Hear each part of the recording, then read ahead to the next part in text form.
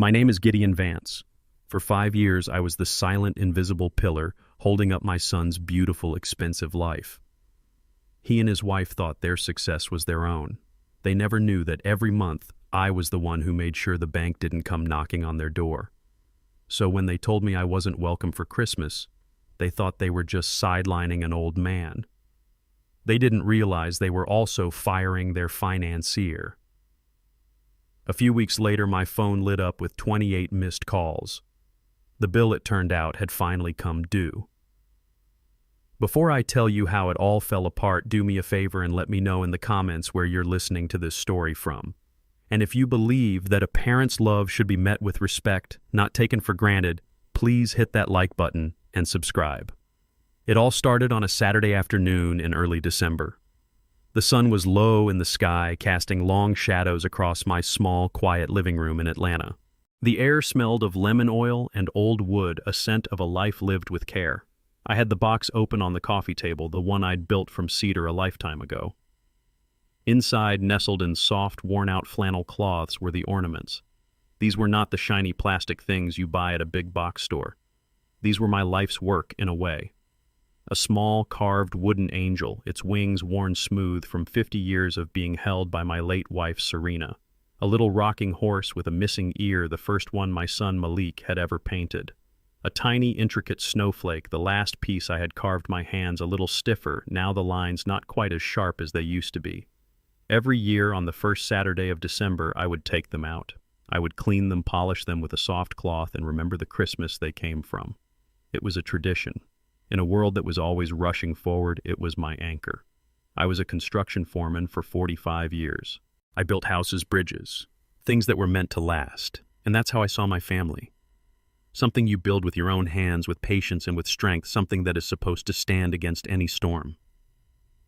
As I polished the little angel, I found myself listening, waiting for the sound of my phone. Every Saturday around 4 o'clock, Malik would call. It was another one of our traditions.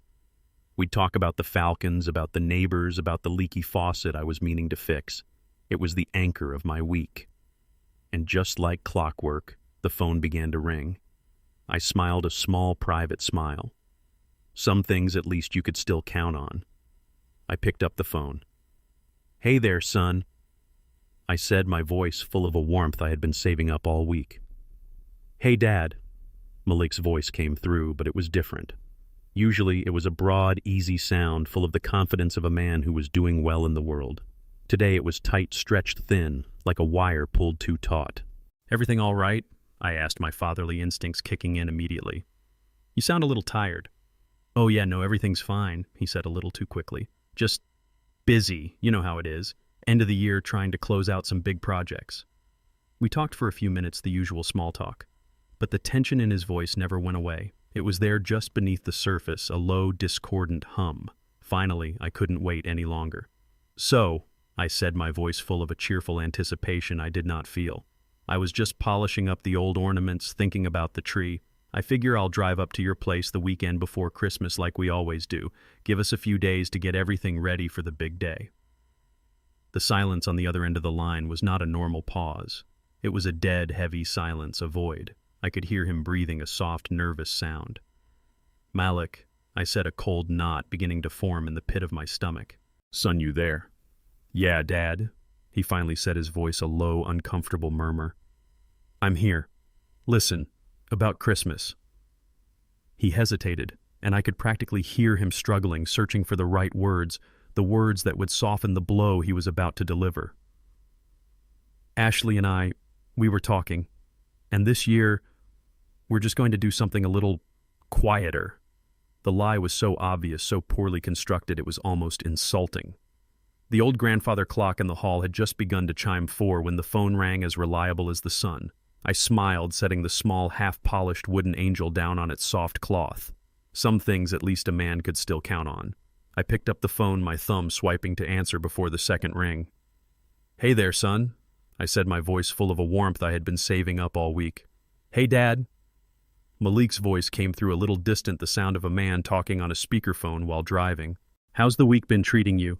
"Can't complain," I said, settling back into my armchair. "The world is still turning, and my coffee was hot this morning. How are things on your end? You sound like you're in a hurry." I could hear the faint whoosh of traffic in the background. Just busy, Dad. You know how it is. End of the year trying to close out some big projects, get all our ducks in a row before the holidays. He sounded successful, stressed but successful. It was the sound of the man I had always hoped he would become, and it made me proud. We fell into our easy, familiar rhythm, the comfortable back and forth of a father and son who have been having the same conversation for 20 years. We talked about the Falcons and their chances of making the playoffs, which we both agreed were slim to none. I told him about the new blade I had bought for my table saw, and he told me about a new client he had landed for his consulting business, a big one. I could hear the pride in his voice, and it swelled my own chest. This was what all my years of hard work had been for, to see my son stand on his own 2 feet to build a life for himself that was even better than the one I had. That's great news, son. Truly great, I said. Serena would have been so proud of you. There was a brief pause on his end. Yeah, he said softly. I hope so. Speaking of proud, I said, my voice turning cheerful, my eyes falling on the box of ornaments. I'm sitting here with all your old handiwork. Just started the annual polishing. I was thinking I'll drive up on the 20th like always. That's a Friday. It'll give us the whole weekend to get the big tree decorated before Ashley's folks get into town. I've even got a new little carving for the mantelpiece this year, a snowman with a top hat. I waited for his usual enthusiastic response. That's great, Dad, or can't wait to see it. But what came was not what I expected. What came was silence. It was only a second or two, but in the context of our easy conversation, it was a chasm. It was a dead space where an answer was supposed to be. Malik, I said, a flicker of concern touching me for the first time. Son, you there? Yeah, he finally said, but his voice had changed completely. The confident, successful businessman was gone. In his place was a hesitant, uncomfortable stranger. Yeah, Dad, I'm here. Listen, about Christmas. The knot in my stomach, which had been dormant, gave a cold, hard clench. What about it? I asked, my voice still light, trying to pretend I hadn't noticed the sudden shift in the weather. Well, you see, he stammered the words, clumsy, tripping over each other. Things are just, they're a little crazy this year. Really hectic. Ashley has, well, she has a lot planned. Her sister is coming in from California with the kids, and her parents are staying for the whole week, and the house is just, it's going to be packed. We're still trying to figure out the schedule, you know. He was talking fast, a torrent of words that said nothing at all. It was a smoke screen, and the frantic way he was deploying it told me he was trying to hide something. The foreman in me, the part that had listened to 1,000 flimsy excuses from 1,000 lazy workers, recognized it immediately. This was the sound of a man who was not telling the truth. My first thought was not of betrayal. It was of concern. Was he in some kind of trouble? Hectic, I said, my voice full of a genuine offer to help. Son, that's the whole point of me coming. I'm coming to help. It's no trouble. I can put up the outside lights. I can help you with the tree. I can stay out of the way when Ashley's family is there, whatever you and Ashley need. You know me. My offer, which was meant to be a lifeline, seemed to make him panic even more. No, Dad, it's not that, he said quickly, his voice strained. It's more complicated. Look, I'm sorry I'm about to go into a tunnel. The signal is breaking up. Can I call you back about it? I've got to jump on another call right after this anyway. It was the classic brush-off the kind a busy executive gives to a persistent salesman. I had never in 42 years been a salesman to my own son. The line went quiet for a moment, and I heard the faint, clear sound of a woman's voice in the background, sharp and impatient. And then the call ended. I sat there holding the phone, listening to the dial tone. The warmth of the conversation, the easy connection was gone, replaced by a cold, unsettling feeling. It was the feeling of a door being gently but firmly closed in my face. I looked down at the small carved angel in my hand, its wooden face smiling up at me. But for the first time in a very long time, I didn't feel like smiling back. The phone call, which had begun with the easy warmth of a weekly tradition, had become a cold and awkward affair. My son Malik was hemming and hawing, his voice full of a strange, nervous energy as he tried to brush off my offer to come and help with the Christmas preparations. He was a bad liar. I had always known that about him. As a boy, his tells were obvious. He'd refuse to make eye contact, he'd shift his weight from foot to foot. Over the phone, the tells were different but just as clear. His voice got a little higher. He started using filler words. And he talked too fast, as if he could build a wall of words so quickly that I couldn't possibly see the truth hiding behind it.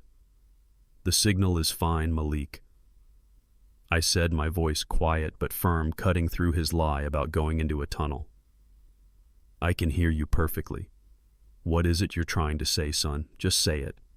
There was another one of those heavy, painful silences. I could practically hear the gears grinding in his head as he tried to construct another more plausible excuse. It's the house, Dad," he finally stammered. "It's going to be so full this year. You know Ashley's sister Jennifer? She's coming in from California with all 3 of her kids, and Ashley's parents are going to be staying in the guest room for the whole week. There's literally no space. We'll be sleeping on top of each other as it is." I sat in my armchair, my own house empty and quiet, and I thought of their house.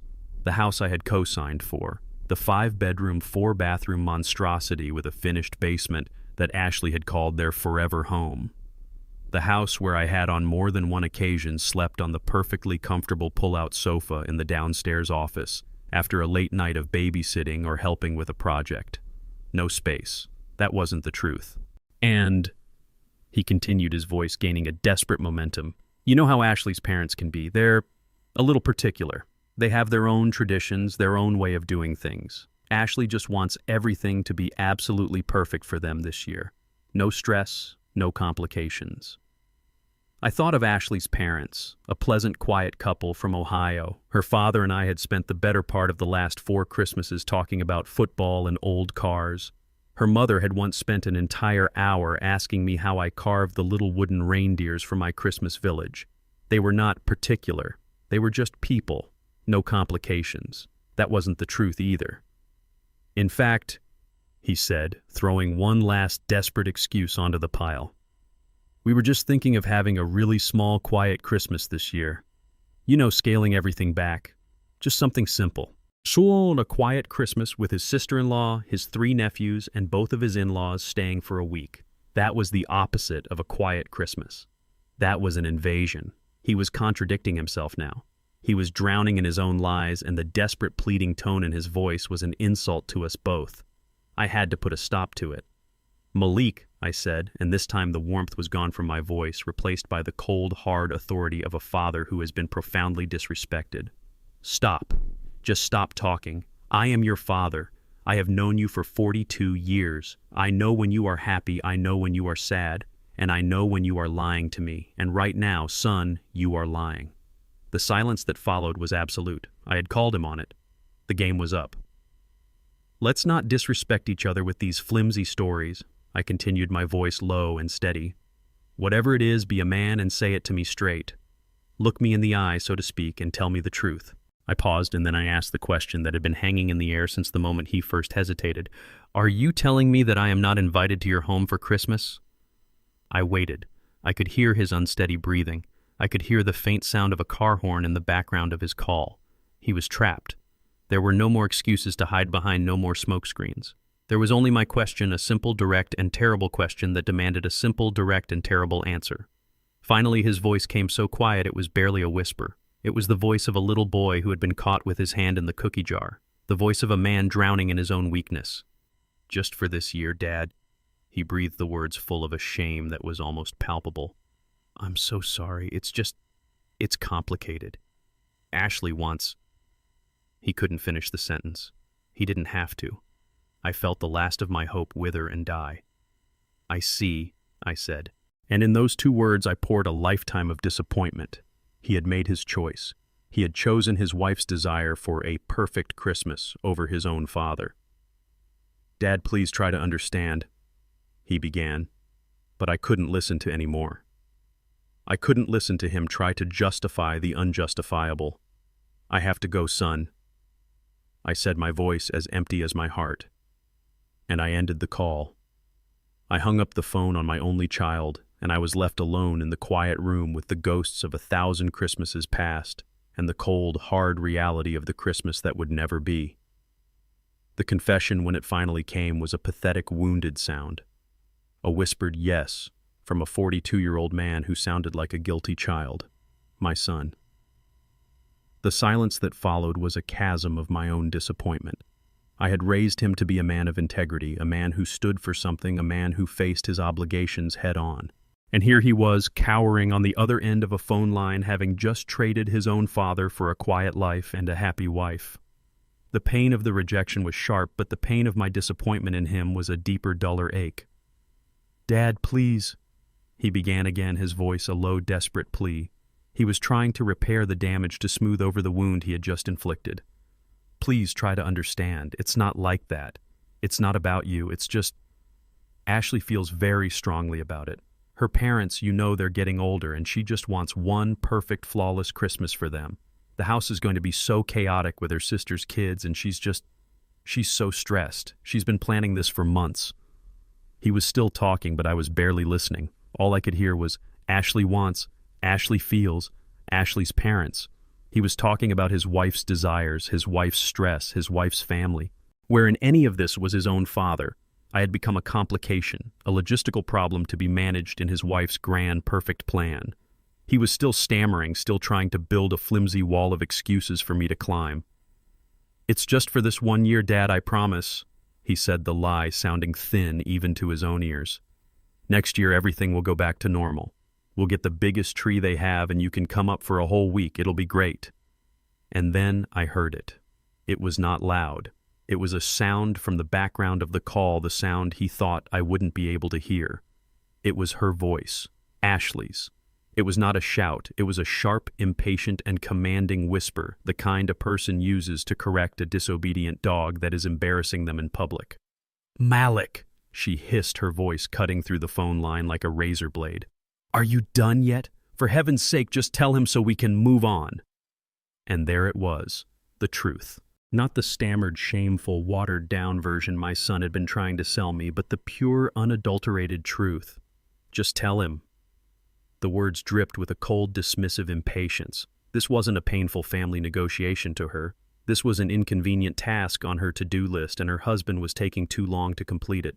She didn't see me as a father-in-law to be respected. She saw me as an obstacle to be removed. In that single, clarifying moment, the pain in my heart crystallized into something else entirely. It was a cold, hard, and perfectly clear anger. My son was not the architect of this betrayal. He was just the messenger boy, the weak-willed puppet sent to do his master's bidding. The hurt I felt for his rejection was suddenly overshadowed by a profound, terrible pity for his weakness and a deep, simmering rage for the woman who was so casually and cruelly pulling his strings. She was not just his wife. She was his handler. And her project was to slowly, methodically sever the ties that connected him to his past, to his family, to me, so that he could be remade into the perfect accessory for the perfect life she was designing. On the other end of the line, Malik, having heard his wife's command, and knowing that I had likely heard it too, fell silent. He was exposed. I have to go, Dad," he finally stammered, his voice thick with a new, deeper layer of shame. "I see," I said. And this time the words were not just full of disappointment in him. They were full of a new, cold understanding of the real enemy. This was not a misunderstanding between a father and a son. This was a silent war being waged by my daughter-in-law, and she had just fired the first shot.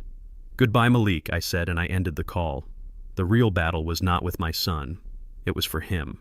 And I, a man who had never backed down from a fight in his life, was not about to start now. The final click of the phone ending the call was a small, insignificant sound, but it echoed in my quiet living room like a slamming door, a door to my own family. I sat there in my armchair, the phone resting in my lap, feeling the warmth of its battery slowly fade. The connection was severed, the conversation was over, and a tradition that had been the bedrock of my life for more than 40 years was dead. The initial anger I had felt upon hearing my daughter-in-law's voice, that sharp, cold fury, had already burned itself out. In its place was something much heavier, a deep, profound, and weary sorrow.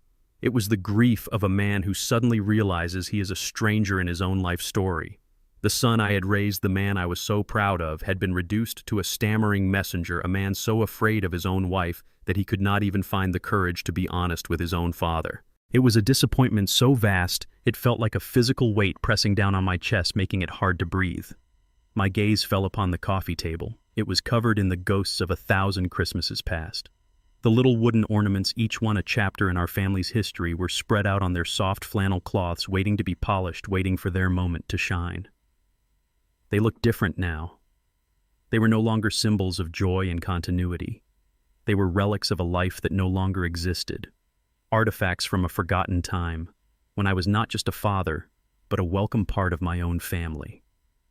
Slowly I stood up. My movements felt stiff, the movements of an old man. I walked over to the table. I looked down at the small carved angel, the one with the wings worn smooth by my late wife's hands. Serena had loved this one most of all. Every year she was the one who got to place it at the very top of the tree. I could see her face in my mind's eye, her smile lit by the twinkling Christmas lights, her eyes full of a wisdom I had never fully appreciated until now. She would have seen this coming. She had seen the weakness in Malik, the cold ambition in Ashley. She had tried to warn me, and I, in my pride and my blind love, had not listened. With a hand that felt strangely steady, I picked up the angel. I didn't polish it. I just held it for a moment, then gently wrapped it in its flannel cloth, a tiny shroud. I placed it back in the cedar box. Next, I picked up the rocking horse, the one with the clumsy, vibrant colors a 6-year-old Malik had painted with such intense concentration. I remembered that day. I remembered the smear of red paint on his nose, the look of pure, unadulterated pride on his face when he had presented it to me. "For the tree, Daddy," he had said. Where was that little boy now? Where was the man who would have been horrified at the thought of turning his own father away on Christmas? He was gone, replaced by a stranger who spoke with his wife's voice. I wrapped the horse in its cloth and placed it beside the angel. One by one, I continued the grim, quiet work. The lopsided clay star my granddaughter Imani had made in kindergarten, her tiny thumbprint still visible on the back. The intricate snowflake I had carved the first Christmas after Serena had passed, pouring all my grief and my love into the delicate, precise cuts. The simple, blocky reindeer from my own childhood. Each ornament was a memory. Each memory was a fresh stab of pain, and with each one I wrapped and put away, I felt a small piece of my own heart being packed away with it. This was not an act of anger. It was a funeral. I was burying a lifetime of tradition. I was burying the father I used to be, the man who was always welcome, always needed.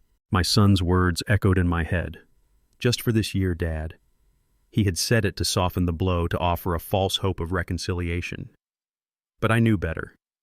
Ashley had not gone to all this trouble for a temporary solution. This was not a pause. This was a severing. When the last ornament was wrapped and placed in the box, I gently closed the lid. The scent of cedar, which had always smelled of Christmas and of home, now smelled of finality. I picked up the box. I didn't put it back in the hall closet where it was easy to reach. I carried it through the house, my footsteps echoing in the silence, and I opened the door to the attic. I pulled down the rickety ladder and climbed the box, held carefully in one arm. I placed it in the far, dusty corner behind old suitcases and forgotten furniture. I was putting it somewhere it would not be easily found. I was putting it somewhere it would not be a temptation next year. I came back down and closed the attic door. The living room felt empty now, stripped of its festive purpose. The joy and anticipation of the holiday season were gone, replaced by a cold, hard, and unfamiliar resolve. The pain was still there, a massive, silent weight in my chest. But the man who had packed away those memories was not the same man who had taken them out. The hopeful father was gone. In his place was a man who had finally painfully seen the truth. I hung up the phone, and the silence that rushed in was a physical thing. It was a cold, heavy blanket that settled over me, smothering the last of the festive warmth in the room.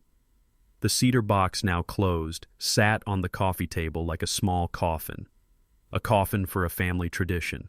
A coffin for the son I thought I knew. I had to get out of the house. The quiet walls, which had always been a comfort, now felt like they were closing in witnesses to my fresh and profound humiliation. I grabbed my keys and my old work jacket, and I just started driving. I had no destination in mind. I just drove through the familiar streets of Atlanta, my hands gripping the steering wheel, my mind a numb, gray fog.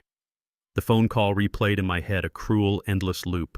My son's stammering excuses, my daughter-in-law's sharp, impatient whisper. Just tell him so we can move on. Moving on. That's what I was to them now. An obstacle to be moved on from. My truck, as if having a mind of its own, took the old familiar turns. It led me away from the busy main roads and into the quiet, tree-lined streets of a neighborhood I hadn't visited in years. It pulled up alongside Grant Park, its old oaks standing like silent skeletal sentinels in the December chill. I cut the engine. This was where Serena and I used to walk back when our legs were stronger and our worries were smaller. This was where we had pushed Malik on the swings, his small legs kicking at the sky, his laughter the most beautiful music in the world.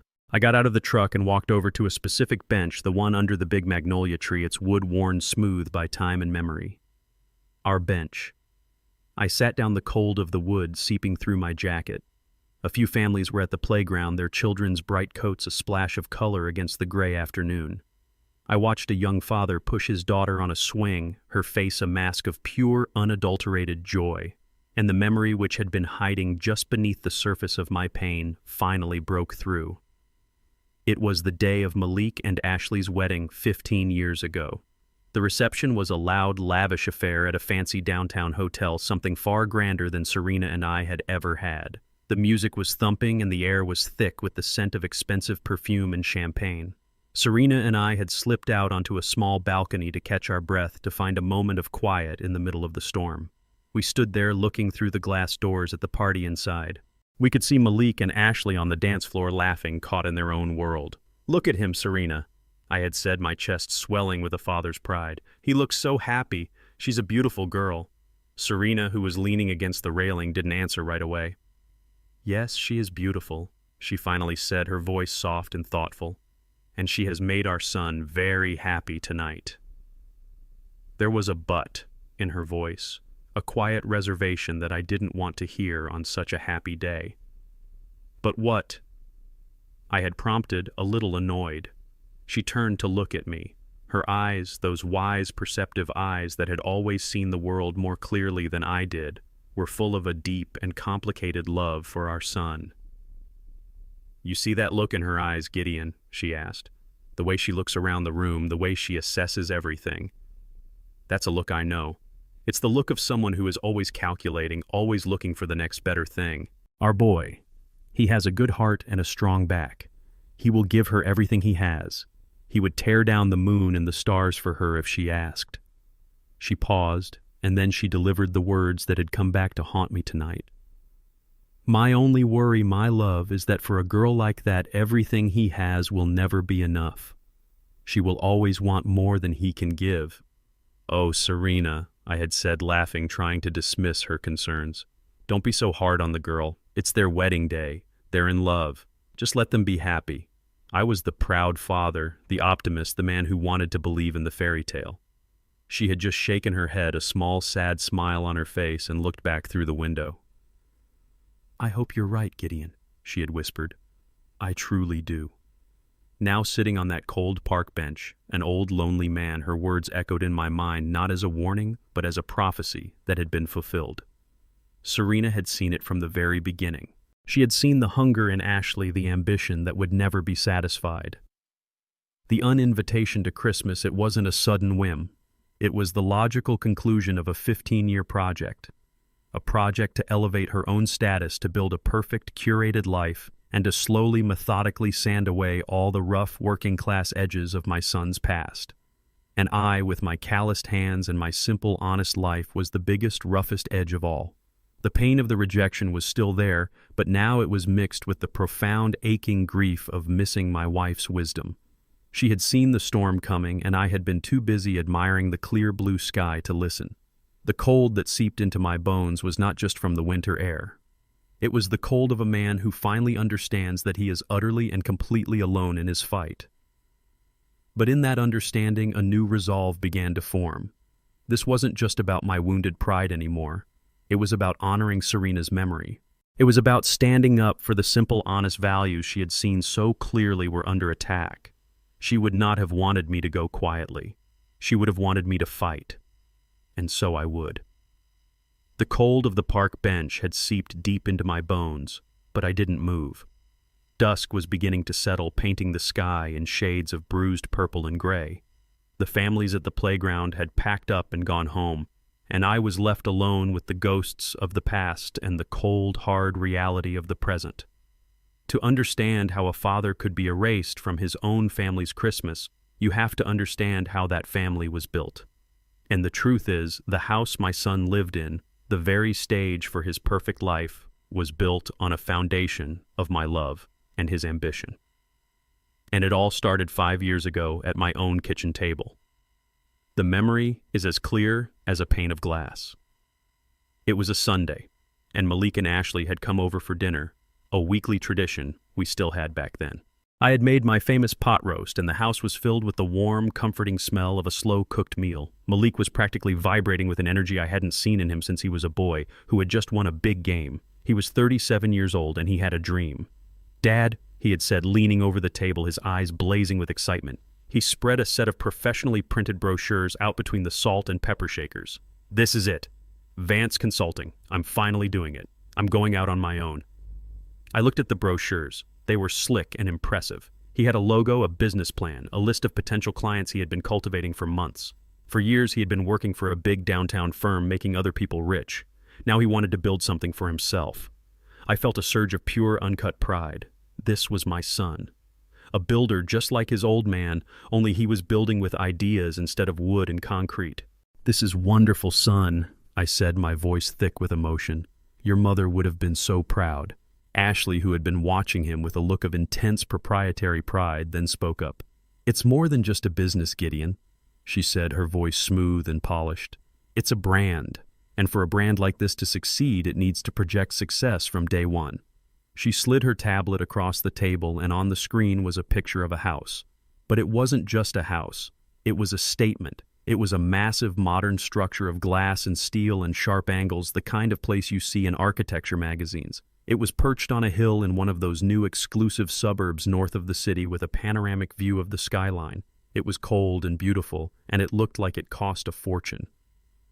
"We found it," she said, her voice full of a reverence that was almost religious. "This isn't just a home, Gideon. It's an asset. It's our headquarters. Imagine hosting a networking event for potential clients here by the pool. Imagine the impression it will make. People want to work with someone who is already successful. You have to look the part to get the part. It's an investment in our future." Malik was nodding eagerly, caught up in her vision. "She's right, Dad. This is the kind of place that says, 'We've arrived.' It's the key to landing the big accounts." I looked at the picture of the house, then at my son's hopeful, shining face. I was a practical man. I had spent a lifetime with blueprints and budgets. I knew what things cost, and I knew, with a sinking certainty, what a house like that would cost. "Son," I said, my voice gentle, "this is a beautiful house. It's also at least $1 million house. You're just starting out. How in the world can you afford something like this?" Ashley was the one who answered, her smile unwavering. "We've run the numbers, Gideon. With the projected income from Malik's first few contracts and a loan, it's tight, but it's doable. You have to spend money to make money. It's a different world now." Malik then leaned in, his voice dropping, his eyes pleading. This was the moment that hooked me, the moment he stopped talking like a businessman and started talking like a son. "Dad, this is my one big shot," he said. "I know it's a risk, I know it's a stretch, but I have to take it. All my life I've played it safe. I took the safe job I got, the safe promotions. This is my one chance to build something that is really mine. I need you to believe in me." And there it was. It wasn't about the house anymore. It wasn't about the money. It was about my son asking for my blessing, asking for my faith. How could a father say no to that? I remembered my own struggles, the years of scraping by to build my own small life. I had always wanted his path to be easier. My heart, the foolish, loving heart of a father, overrode the cautious, calculating mind of a builder. I looked at the picture of the cold glass house. I looked at my son's passionate, dreaming face. And I looked at my daughter-in-law's sharp, expectant one.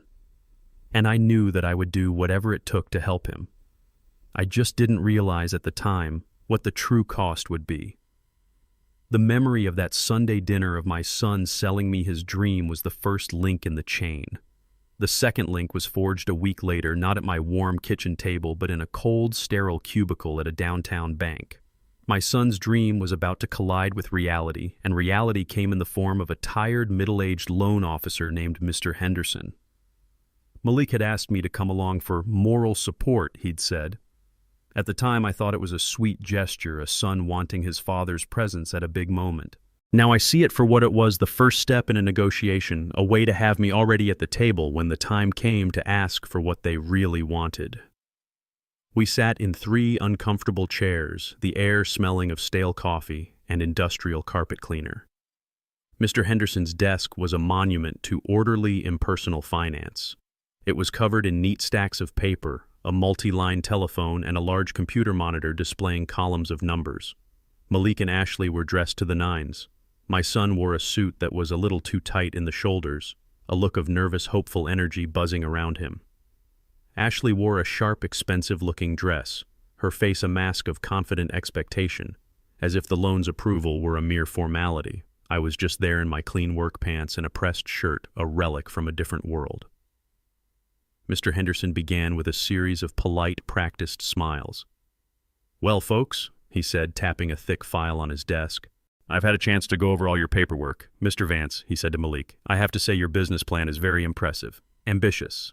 Your projections for the first 2 years are very optimistic." The word optimistic hung in the air, a polite corporate word for unrealistic. "We believe in what Malik is building," Ashley said quickly, leaning forward, her voice a smooth, confident purr. "The potential is enormous, but to attract the high-end clients he's targeting, we need the right brand, the right image." Mr. Henderson nodded, his smile not quite reaching his eyes. "I understand the theory of projecting success, I truly do. But my job and the bank's job is to assess risk based on current, verifiable reality." He turned a page in the file and his tone became more clinical. "And the reality, folks, is in your debt-to-income ratio. Based on your last 2 years of tax returns, Mr. Vance, your verifiable income combined with Mrs. Vance's simply cannot support a mortgage of this size, not even close. The monthly payment on $1 million home with taxes and insurance would be more than your current take-home pay. The underwriters would never approve a loan like this." The confidence on Ashley's face wavered, replaced by a look of sharp, impatient disbelief. "But don't you see," she argued, her smooth voice gaining a hard edge, "the house is the key to the income. We can't get the high-end clients without the high-end image. You have to look at it as a marketing expense and investment." Mr. Henderson gave another one of his weary professional smiles. He had heard this argument 1,000 times from 1,000 different dreamers. "Ma'am, with all due respect, the bank doesn't lend money based on marketing theories. We lend based on a documented ability to repay. Your future income is a projection. It is not a fact, and we can only deal in facts." Malik, who had been silent, finally spoke up, his voice full of a desperate, passionate sincerity.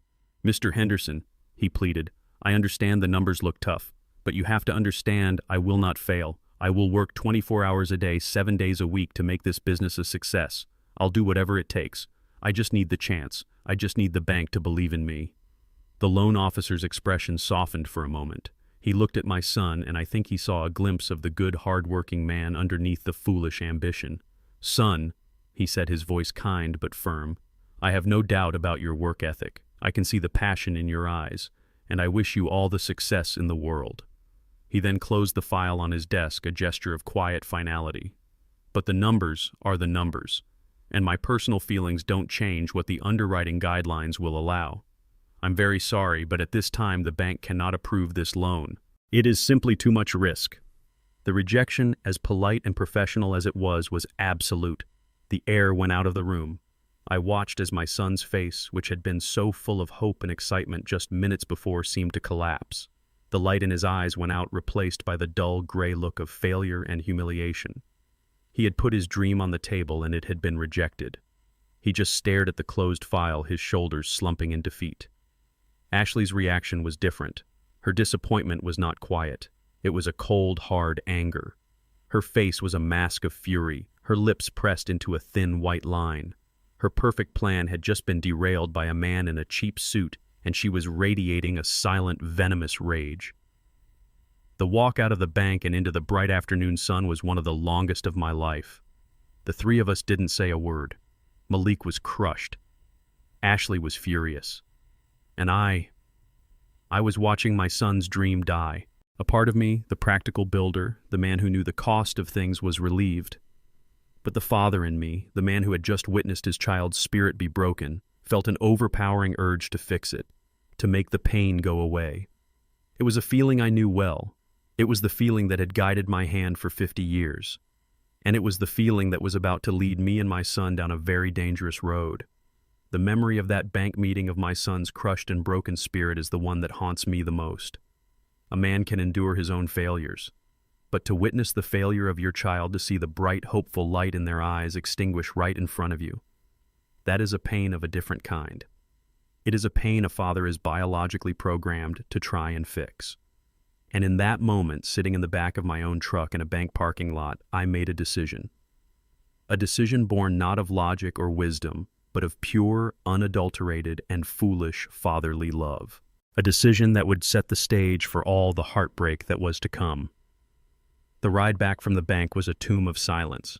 Ashley sat in the passenger seat, rigid with a cold, silent fury, staring out the window at a world that had dared to deny her what she wanted. Malik sat behind me, and in the rearview mirror I could see his reflection. He was just staring down at his own hands, his shoulders slumped, a picture of utter defeat. The confident, ambitious entrepreneur who had walked into that bank an hour ago had vanished. In his place was a man who had just been told his dream was worthless. I couldn't stand it. The sight of his despair was a physical weight on my chest. I thought of my own struggles, the years of hard labor, the constant worry, the sacrifices Serena and I had made to give this boy a better life. Was it all for nothing? To watch him give up now? I pulled the truck over to the side of the road with a sudden jolt. "Ashley," I said, my voice quiet but firm. "Would you give me and my son a minute, please?" She turned to look at me, her eyes full of a sharp, questioning anger. But she saw the look on my face, and for once she didn't argue. She just got out of the truck and stood on the sidewalk, her back to us, a stiff and impatient statue. I turned in my seat to face Malik. "Son," I said, "look at me." He slowly lifted his head. His eyes were red. "This isn't over," I told him. "That man in the bank, he's just a man who reads numbers on a page. He doesn't know you. He doesn't know your heart. He doesn't know your work ethic. I do." A flicker of something, a tiny spark of hope appeared in his eyes. "But he's right, Dad," he whispered, his voice thick with shame. "The numbers don't work. We can't afford it." "The numbers can be made to work," I said. "There's another way. I'll co-sign for you." His eyes widened, and the hope was immediately replaced by a fresh wave of shame. "Dad, no," he said, shaking his head. "I can't ask you to do that. It's too much. It's too much risk for you. What if I fail? I could ruin you." "You are my son," I said, my voice a low rumble full of a conviction that came from the very core of my being. "Your dream is my dream, and you are not going to fail. We will make this work, but we have to be smart about it." The next day I went back to the bank alone. I sat down with Mr. Henderson again. "I'm going to co-sign the loan for my son," I told him. He nodded, not surprised. He'd seen this 100 times before. "But," I continued, "I have a condition. I am 70 years old. I have my own home, my own credit, my own retirement. I cannot risk any of that if my son and his ambition gets busy and misses a payment. It cannot happen, not even once." Mr. Henderson leaned back in his chair, tapping a pen on his desk. "There is a way, Mr. Vance," he said, his voice thoughtful. "It's a bit unorthodox, but it's perfectly legal and it would protect you completely. We can structure the loan with you as the co-signer, which satisfies the bank's security requirement. Then we can set up a separate dedicated escrow account. This account will be in your name. The automatic monthly mortgage payment will be debited only from that dedicated account, not from your son's." I listened, the gears turning in my own mind. "So, as long as I keep that account funded," I said, "the payment will never be late." "Never," he confirmed. "It completely insulates your personal credit score from any youthful oversight. You would have total control." It was the perfect solution. It allowed me to give my son his dream while protecting myself from his potential irresponsibility. It was a father's love wrapped in a lawyer's caution. I agreed on the spot. We drew up the papers. When I told Malik and Ashley, I framed it as a gift. "It's all taken care of." I had told them, radiating a confidence I hoped was contagious. "I've made a special arrangement with the bank. The payments will be handled automatically, so you don't even have to think about it. You just focus on building your business." Malik was overwhelmed with gratitude, hugging me so tight he almost cracked a rib. Ashley was just relieved her dream house now a reality. They were so blinded by their own good fortune that they never asked for the details. They never questioned the mechanics of the special arrangement. They just accepted the gift. As I sat there in the bank signing my name on that final piece of paper, I thought I was being a good father. I thought I was being clever, protecting my son and myself at the same time. I didn't realize what I was actually doing. I was not just co-signing a loan. I was taking on the entire secret burden of his dream. I was building him a beautiful house on a foundation of illusion. I was handing him a life he wasn't really living, and I was calling it a gift. It was the single greatest mistake of my life, a loving, terrible mistake that would take 5 long years to finally come due. My decision at the bank that day, the decision to become the secret silent payer of my son's mortgage, was the biggest mistake of my life. But it was a mistake that required 2 other people to make it work. A lie this big cannot be maintained by one person alone. It needs the willing, or at the very least, the willfully blind participation of others. People often ask, how could they not have known? How could 2 intelligent, educated people not notice that a payment the size of a small car was not leaving their bank account every single month for 5 years? The answer is as simple as it is sad. They didn't know because they didn't want to know. They were too busy living the dream to ever inspect the foundations it was built upon. And I, with my quiet monthly payments, was the one who made sure those foundations never shook enough to draw their attention. You have to understand their mindset. They were not just a married couple. They were the co-founders of a startup, and that startup was their own life. Malik was the CEO, the visionary. His focus was entirely on the front end of the business, chasing clients, networking, making deals, bringing money in. He saw the deposits hitting their joint account, the large sums from his consulting fees, and he saw it as proof that his gamble was paying off. He was a success. He wasn't a numbers guy when it came to his own life. He assumed the back end was running smoothly. He had signed papers at the bank to set up an automatic draft for the mortgage. Why would he ever need to check on it? To do so would have felt like a waste of time that could be better spent landing the next big client. More than that, it would have felt like doubt. And Malik was terrified of doubting himself. Ashley, on the other hand, was the chief marketing officer of their shared life. Her job was not to worry about where the money came from, but where it went. Her focus was on the outflow, on spending the money in a way that projected the image of success they so desperately craved. She was the curator of their illusion. She was the one picking out the $1,000 light fixtures, the Italian leather sofa, the tickets for their summer trip to Tuscany. Her measure of success was whether the American Express card went through without a problem. As long as the checking account had a healthy balance and the credit was flowing, the details were boring, irrelevant. She was the director of a grand performance, and she had no interest in seeing what was happening behind the curtain. Their finances were a river. Malik was focused on the headwaters, the sources of the income. Ashley was focused on the estuary where the river met the sea of luxury goods. Neither of them ever bothered to look at the river itself to see how fast the current was really moving, to see that a huge portion of its volume was being secretly piped in from an outside source. Me. Their willful blindness was a daily practice.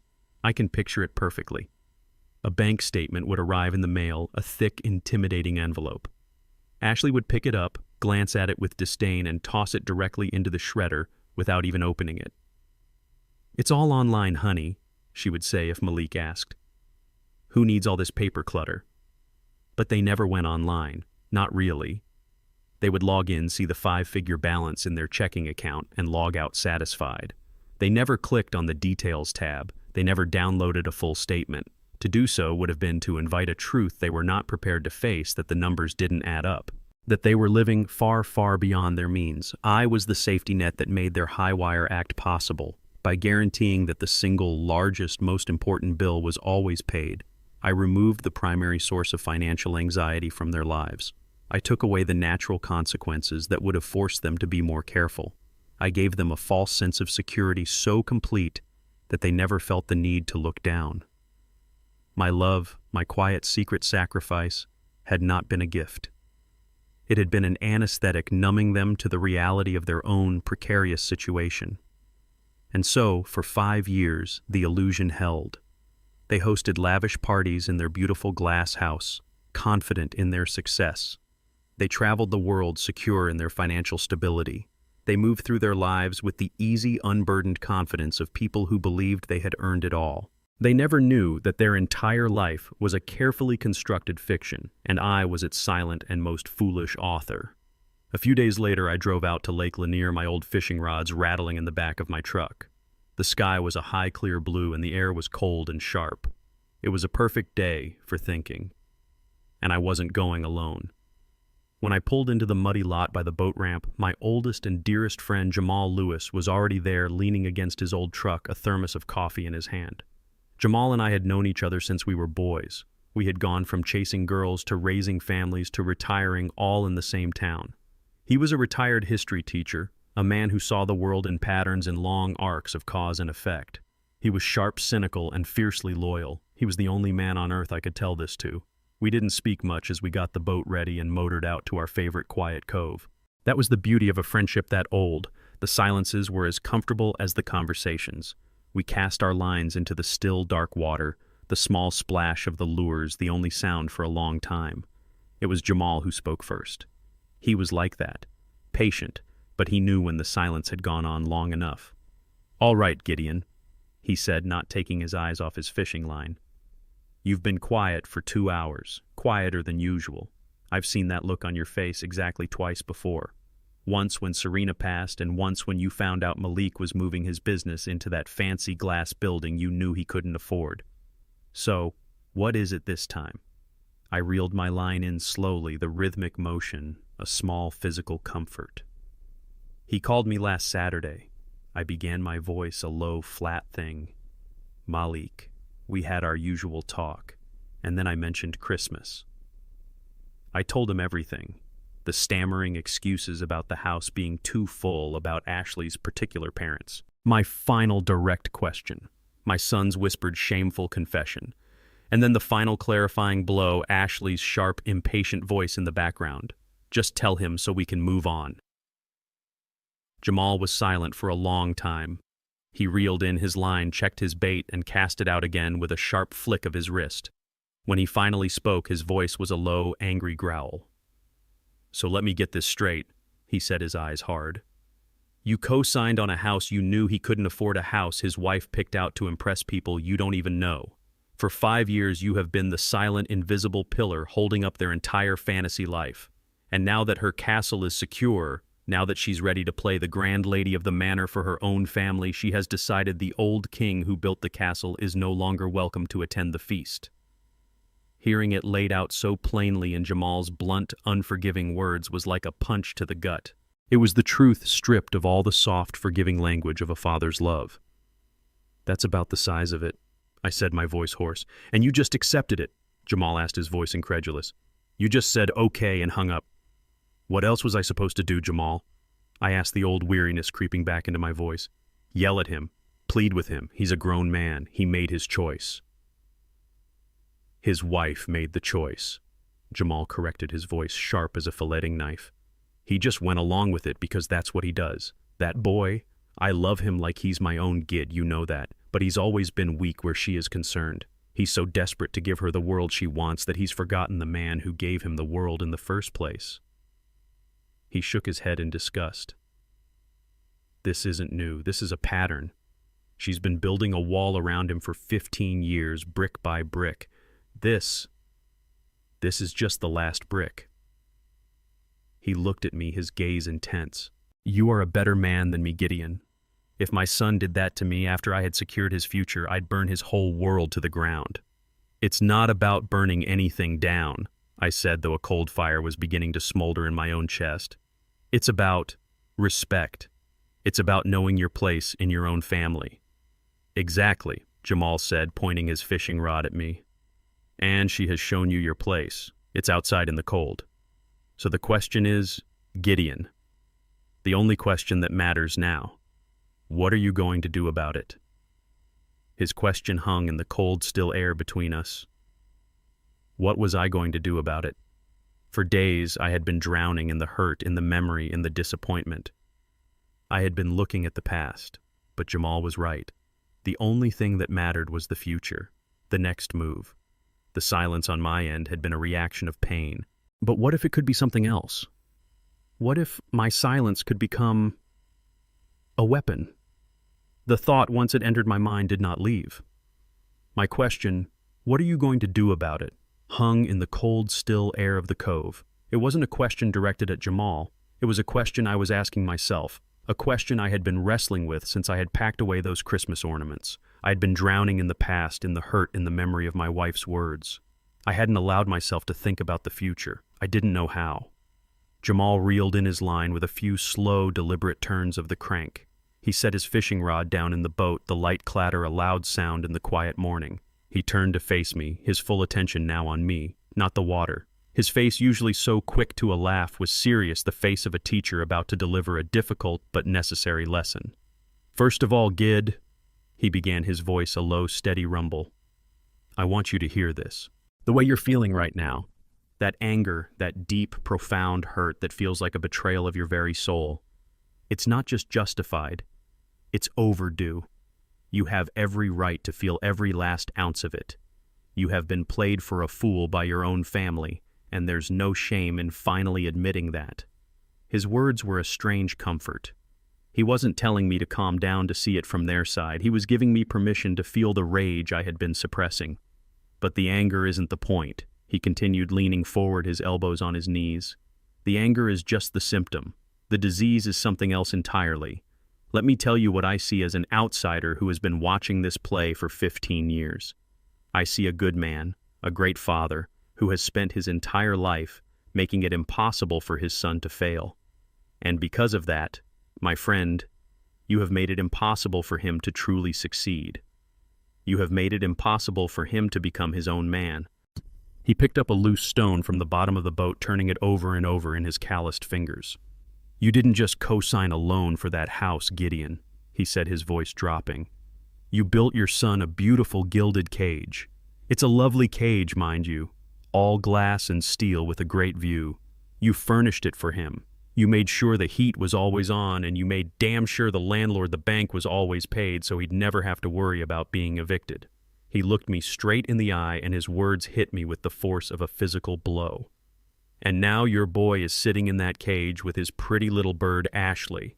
And he thinks he's the king of the world. He thinks he's an eagle, but he's just a canary who has never known a day of hunger, who has never had to face a storm. He doesn't even know he's in a cage because he's never, not once, had to test the bars. He's never had to try and fly on his own."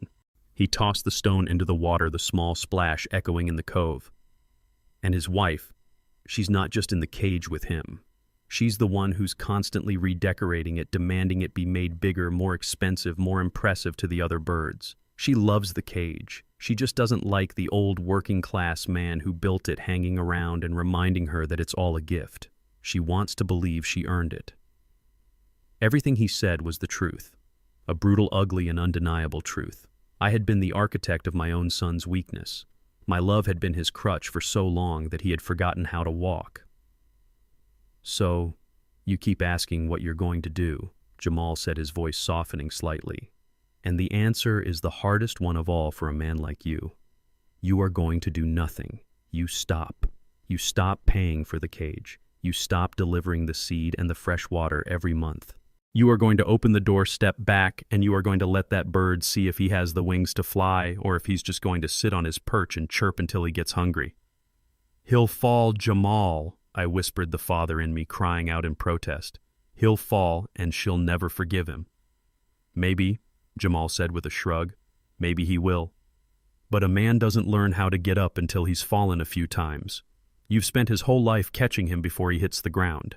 It's time to see if he can learn to get up on his own.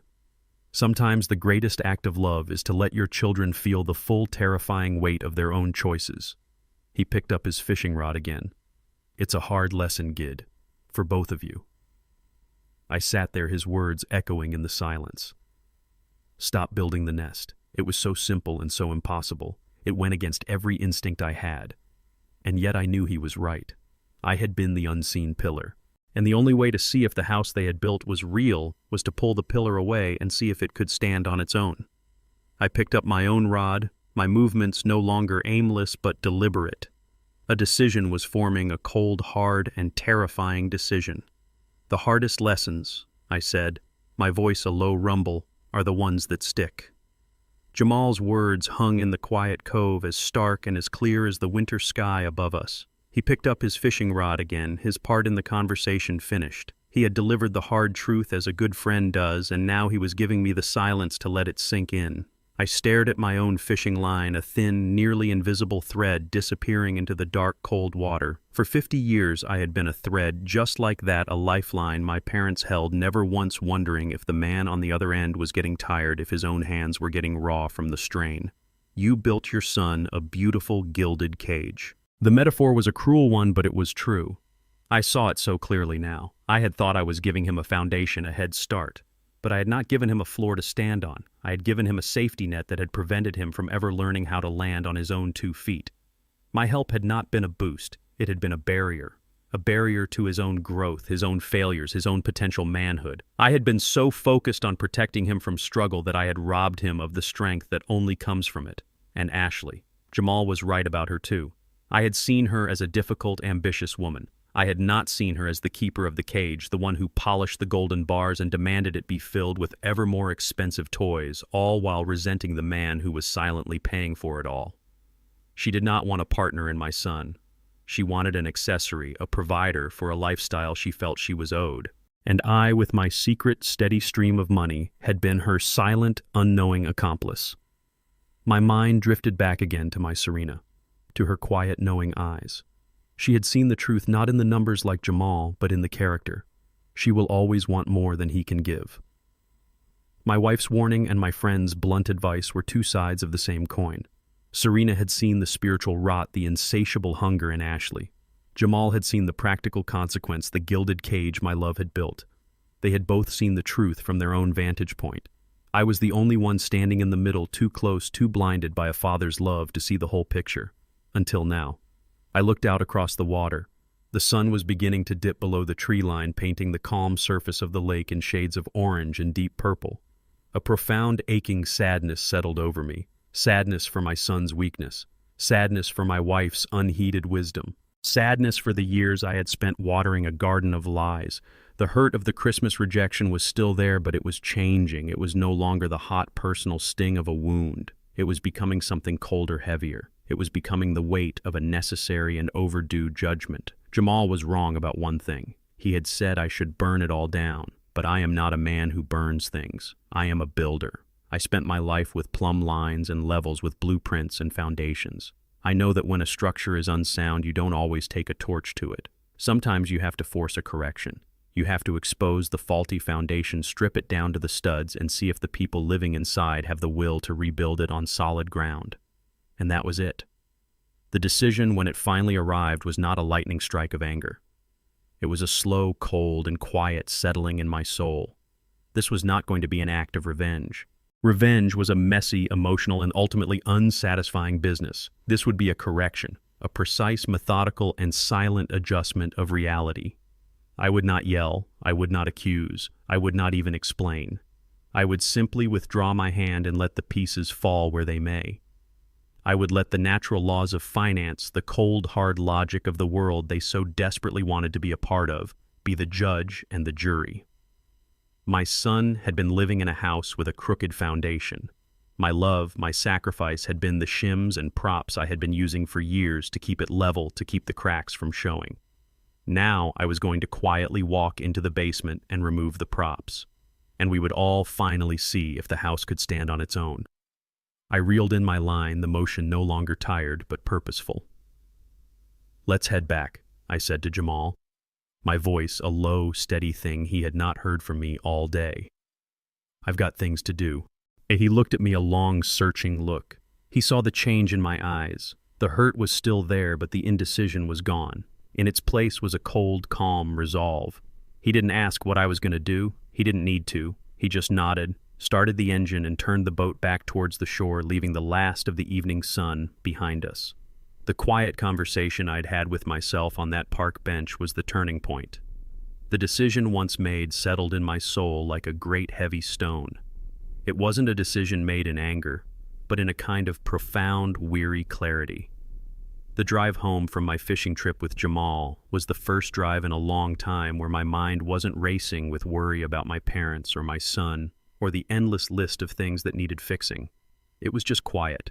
I had a plan now, or rather a plan of inaction, and all I had to do was wait for the calendar to turn. The holidays were a hollow, painful affair. Christmas Day, a day I had once filled with the joy of watching my son and then my granddaughter open their presents, was spent in the echoing silence of my own home. I made myself a simple dinner. I watched an old movie, and I did not allow myself to think about the joyful, noisy celebration happening in the glass house across town, the one I had paid for but was not welcome in. The days between Christmas and New Year's passed in a gray, quiet blur, and then the morning of January 1st arrived, New Year's Day, a day for new beginnings. I woke up at my usual time just as the first faint light of dawn was beginning to creep through my window. I followed my routine, the same routine that had anchored my life for decades. I made a pot of strong black coffee. I sat in my armchair by the window and unfolded the morning paper. The world outside was quiet, sleeping off the celebrations of the night before. Everything was exactly as it should be. Everything was normal, except for the small digital reminder that was scheduled to go off on my phone at 9 a.m. For 5 years, on the first of every month, that reminder would pop up. It was a simple 3-word alarm: transfer mortgage fund. And for 5 years without fail, I would walk over to my small desk, log into my bank account, and transfer the thousands of dollars necessary to cover my son's mortgage into the special account the bank would then draw from. It was a habit as ingrained as brushing my teeth. At precisely 9 o'clock, my phone, which was sitting on the end table beside me, chimed. The notification glowed on the screen. Transfer mortgage fund. My body reacted before my mind did. My muscles tensed. My hand almost reached for the phone. The 50 years of conditioning as a dutiful son, a provider, a fixer, surging through me. A voice in my head, a voice that sounded a lot like my mother, whispered, "Just do it, Isaiah. It's easier. Don't make waves. They're your family." I felt a familiar, crushing wave of guilt. What if Jamal was wrong? What if they really were in trouble? What if this was the one act that would break my family and my daughter's heart beyond repair? My hand trembled slightly. The old Isaiah, the good son, was fighting a war with the new one, the man who knew the truth. I closed my eyes. I pictured the deed of release, its cold official language, a stark contrast to my mother's warm, pleading voice. I pictured the airline tickets to Hawaii. I pictured the receipts from fancy restaurants. I pictured my wife Simone, her sad, wise eyes looking at me across our porch, a woman who had seen the truth and had loved me enough to try and warn me. I opened my eyes. The battle was over. The good son had lost. With a slow, deliberate movement that felt more significant than any check I had ever signed, I reached for my phone. I didn't open the banking app. I simply placed my thumb on the notification, the one that read, "Transfer mortgage fund," and I swiped it away. I dismissed it. The screen went back to showing the time and the date. It was done, or rather, it was not done. The silence in the room felt different now. It was no longer the silence of a man waiting. It was the silence of a man who had acted. A quiet, invisible bomb had been detonated, and the shockwave was now traveling across the city silently towards my son's beautiful glass house. I finished my coffee. I read the rest of the newspaper. I did not feel triumphant. I did not feel angry. I felt only a great, hollow sense of finality. Later that afternoon, I drove to the cemetery. I stood before Serena's grave, a simple granite stone that I kept clean of leaves and debris. "I finally did it, Serena," I whispered to the cold stone, the words forming small white clouds in the winter air. "I finally stopped building the nest. I hope you'd be proud." As the sun began to set on the first day of the new year, I drove home. The transfer had not been made. The pillar, the unseen pillar that had been holding up my son's entire world, had been quietly removed. I did not know exactly what would happen next or when, but I knew for the first time in my life that I was no longer responsible for catching the pieces when they began to fall. The period of my quiet sacrifice was over. The period of their loud consequences had just begun. Christmas Day arrived not with the joyful ringing of bells, but with a profound and heavy silence. I woke up in my own bed in my own quiet house for the first time on Christmas morning in over 40 years. The traditions that had been the scaffolding of my life were gone. There was no excited chatter from a young Malik, no smell of Serena's sweet potato pie baking in the oven, no rustle of wrapping paper. There was only the low hum of the refrigerator and the gray December light filtering through the blinds. I made myself a cup of coffee and sat in my armchair, the one that still held the faint scent of my wife's perfume if I closed my eyes and tried hard enough. I did not allow myself to feel the full weight of the sorrow. To do so would have been to drown. Instead, I treated the day like any other. I read the newspaper. I worked on a small carving in my shop, the familiar feel of the wood and the tools a small solid comfort. But the ghosts of Christmases past were everywhere. I saw the ghost of my 6-year-old son proudly placing the lopsided clay star he'd made on the tree. I saw the ghost of my wife, her face lit with a warm, beautiful glow as she watched him. The house was not empty. It was full of memories, and their presence was a quiet, constant ache. I knew that across town in the glass house I had paid for a different kind of Christmas was unfolding. A loud, bright, and perfect Christmas filled with the laughter of Ashley's family. A Christmas where my absence was not a hole, but a relief.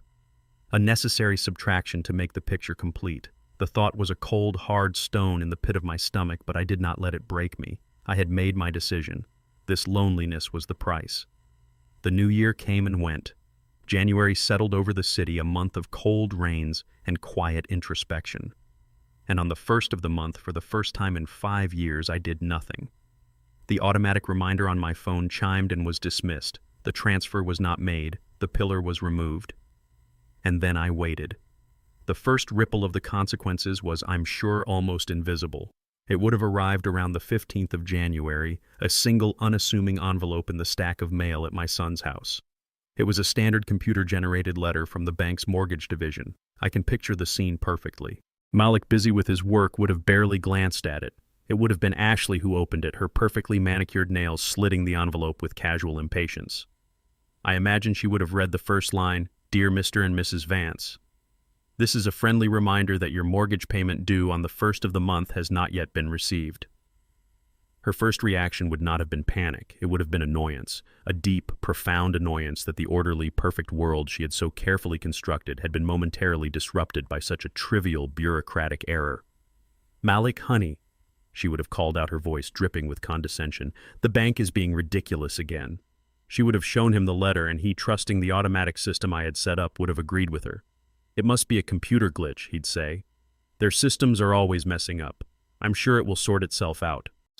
And with that, Ashley would have done the one thing that made this whole catastrophe possible. She would have taken that letter, that first gentle warning shot, and she would have crumpled it up and tossed it into the trash with the junk mail and the empty shopping bags. It was an act of supreme, arrogant confidence. In her world, problems like this didn't happen to people like her. They were inconveniences, administrative errors to be ignored. They were not real. She had dismissed the first tremor, completely unaware that it was the prelude to an earthquake. February arrived cold and bleak. In my house, the silence continued. I had not heard a word from my son since the Christmas phone call. My quiet withdrawal from his life had been met with his own. He was giving me a taste of my own medicine, I supposed. A silent, childish standoff. He was waiting for me to break to apologize for whatever crime he and his wife had decided I had committed. He had no idea that the ground beneath his feet was already beginning to crumble.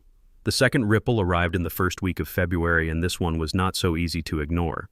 It was another envelope from the bank, but this one was different. It was a larger, heavier envelope, and across the front in a stark red all-caps font were the words, "Second notice, immediate attention required." This letter, I know, would not have been so easily dismissed. This was not a friendly reminder. The language inside would have been sharp legal and stripped of all pleasantries. It would have spoken of default. It would have mentioned late fees and penalties. And it would have included a clear, stark warning: failure to remit payment within 30 days will result in your account being reported to all major credit bureaus and may result in the initiation of foreclosure proceedings.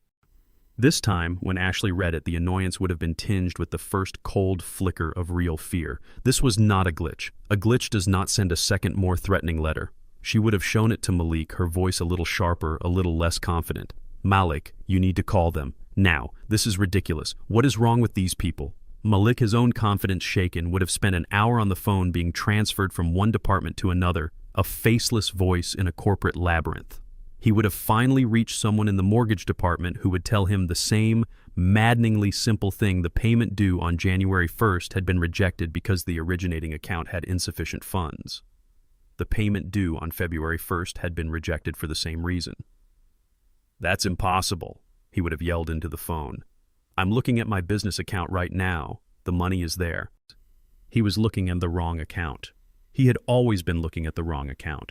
The bank representative, unable to discuss the details of a third-party account my account could only repeat, "Sir, I'm sorry.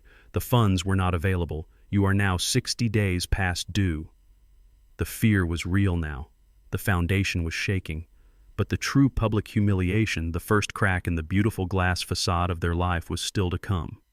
It came a few days later on a bright, cold Saturday afternoon. Ashley, as she often did, had decided to engage in some retail therapy.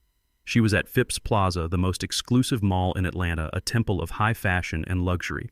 She was in her favorite boutique, a place where the salespeople knew her by name and always had a glass of champagne waiting for her.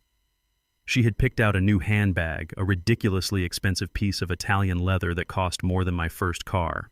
It was her reward to herself for enduring the stress of the bank's incompetence.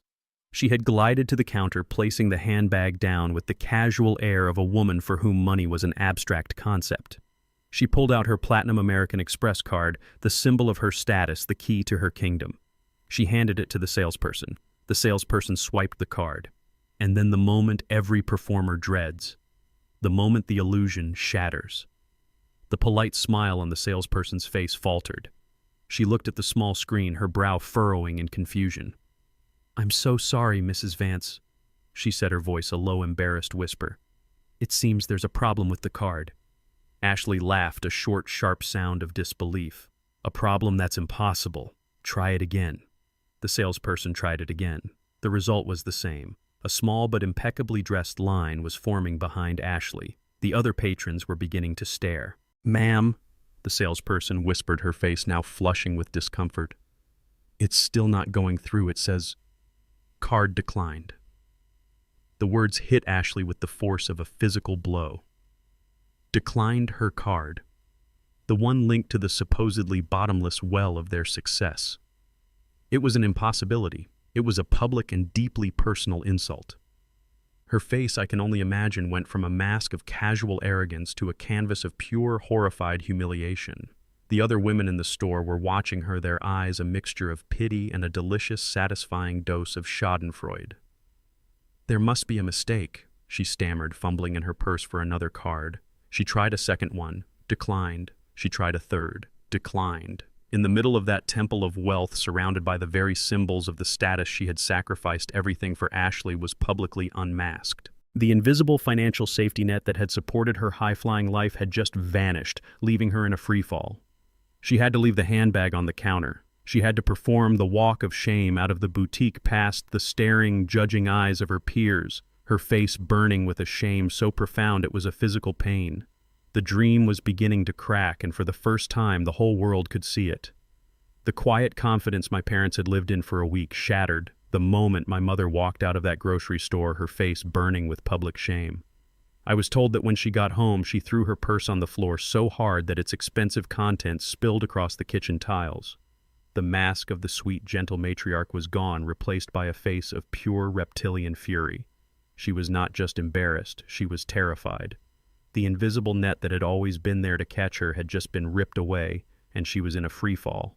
Malik was at his home office desk trying to close a deal on the phone when she stormed in. He saw her face and immediately ended his call. The story came out in a torrent of angry, humiliated words. The declined cards, the smirking looks from the other women in line, the indignity of having to abandon a full cart of groceries. "It's your father, Malik," she had shrieked, her voice a sharp, ugly thing he had never heard from her before. "This is his doing. This is some kind of sick, cruel game he's playing because of that Christmas nonsense."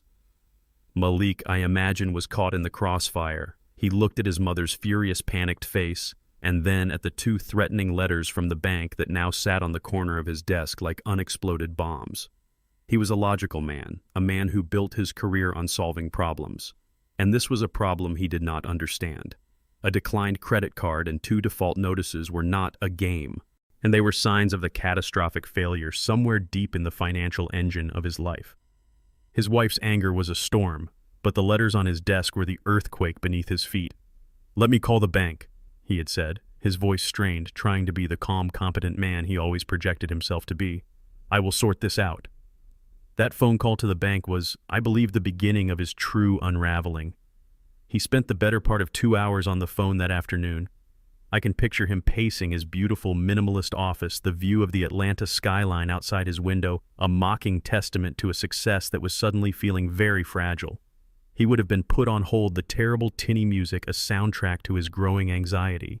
He would have been transferred from the credit card department, who could only tell him the account was frozen due to non-payment, to the mortgage department, who could only talk about the default. He was a man used to being in charge, a man whose questions were always answered. But the bank was a faceless bureaucratic wall.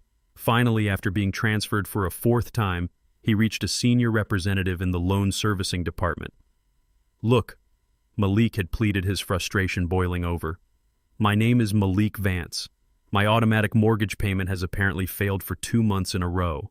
My business account has more than enough to cover it. I need to know why your system is failing." The woman on the other end was polite, professional, and utterly unhelpful.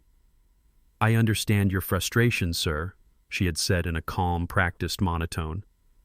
"I'm looking at your file. The automatic debit for your mortgage was indeed rejected on January 1st and February 1st. "Yes, I know that," Malik said through gritted teeth. "Why?" "It was rejected by the originating bank, sir," she replied. "The reason given was insufficient funds." "That is impossible," Malik yelled, his voice echoing in the quiet office. "I am the originating bank. The money comes from my business account at this very bank. I can see the balance right now." There was a pause and the sound of typing.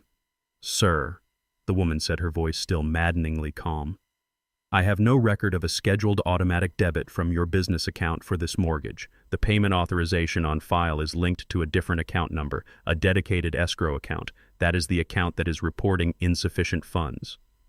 Malik stood there, the phone pressed to his ear, his mind scrambling to make sense of her words. A different account number. A dedicated escrow account. It was like she was speaking a foreign language. He had signed the papers 5 years ago. He had assumed with the easy confidence of a busy and successful man that it was all being handled. The idea that his mortgage, the single biggest financial obligation of his life, was being paid from an account he knew nothing about was an impossibility. It broke the laws of financial physics. I don't understand," he had stammered. "What account? Whose account?" "I'm sorry, sir," the woman said, the final brutal wall of corporate policy descending. "Due to privacy regulations, I am not authorized to discuss the details of a third-party account. I can only tell you that the authorized payment method on your file has failed. You are currently 60 days in default. I would strongly advise you to rectify the situation." And with that, the call was over. Malik hung up the phone, his mind a maelstrom of confusion and a new terrifying dread. A mystery account, insufficient funds, a 60-day default. And then in the middle of that chaos, a single clear thought emerged, an instinct born of a lifetime of conditioning. When you are in trouble, you cannot understand when you are lost in the woods. You call the one person who has always known the way out. You call your father. Without even thinking, his thumb found my contact in his phone. "Dad." He pressed the call button, his heart pounding with a desperate childish hope that my voice, my calm, steady, problem-solving voice, would make sense of this madness. He listened as the phone rang, the familiar ringtone, now a beacon of hope in a rising sea of panic. It rang once, twice, 3 times, and then it went to voicemail. My voice, my calm recorded greeting, was a shock to his system. I always answered. Always. Especially when he called. He hung up without leaving a message, a feeling of deep, primal unease settling over him. He told himself I was probably just in my woodshop, that I couldn't hear the phone. He waited a few minutes and called again. Voicemail. He left a message this time, his voice tight. "Dad, it's Malik. Call me as soon as you get this. It's an emergency." An hour passed. The quiet in their house was heavy, menacing. Ashley was watching him, her earlier fury now replaced by a wide-eyed fear. "What is going on, Malik?" she whispered. "Why isn't he answering?" Her fear fed his. His annoyance at my silence began to curdle into a frantic, clawing desperation. He called again. Voicemail. He sent a text. "Dad, where are you? This is serious. Call me." The message sat there delivered but unread. He called again, and again. He began to pace the length of the living room, the phone a permanent extension of his hand. With each unanswered call, each trip to my recorded voicemail, his panic grew. He felt like a man in a locked room dialing the one phone number he had that was supposed to be a direct line to the fire department, only to discover that the line had been cut. Ashley, seeing his unraveling, grabbed her own phone and started calling me too. Their quiet, perfect house was now filled with the sound of two people, a husband and a wife, frantically, desperately calling the same number over and over again, their combined panic and confusion growing with every unanswered ring. They were completely and utterly powerless, and for the first time in their perfect, curated lives, the one person who was supposed to fix everything was gone. The humiliation Ashley suffered at the mall was the spark that lit the fuse. The panic that had been a quiet, creeping unease in their house for weeks now exploded into a full-blown crisis. My son Malik, a man who had built his entire identity on the image of calm, competent success, was now faced with a problem he could not solve, a fire he could not put out. His wife was furious, his bank was sending threatening letters, and the very foundation of his life was shaking. He did what any logical man would do. He went to the source. He decided to confront the bank. That phone call, I believe, was the beginning of his true unraveling. He spent the better part of 2 hours on the phone that afternoon.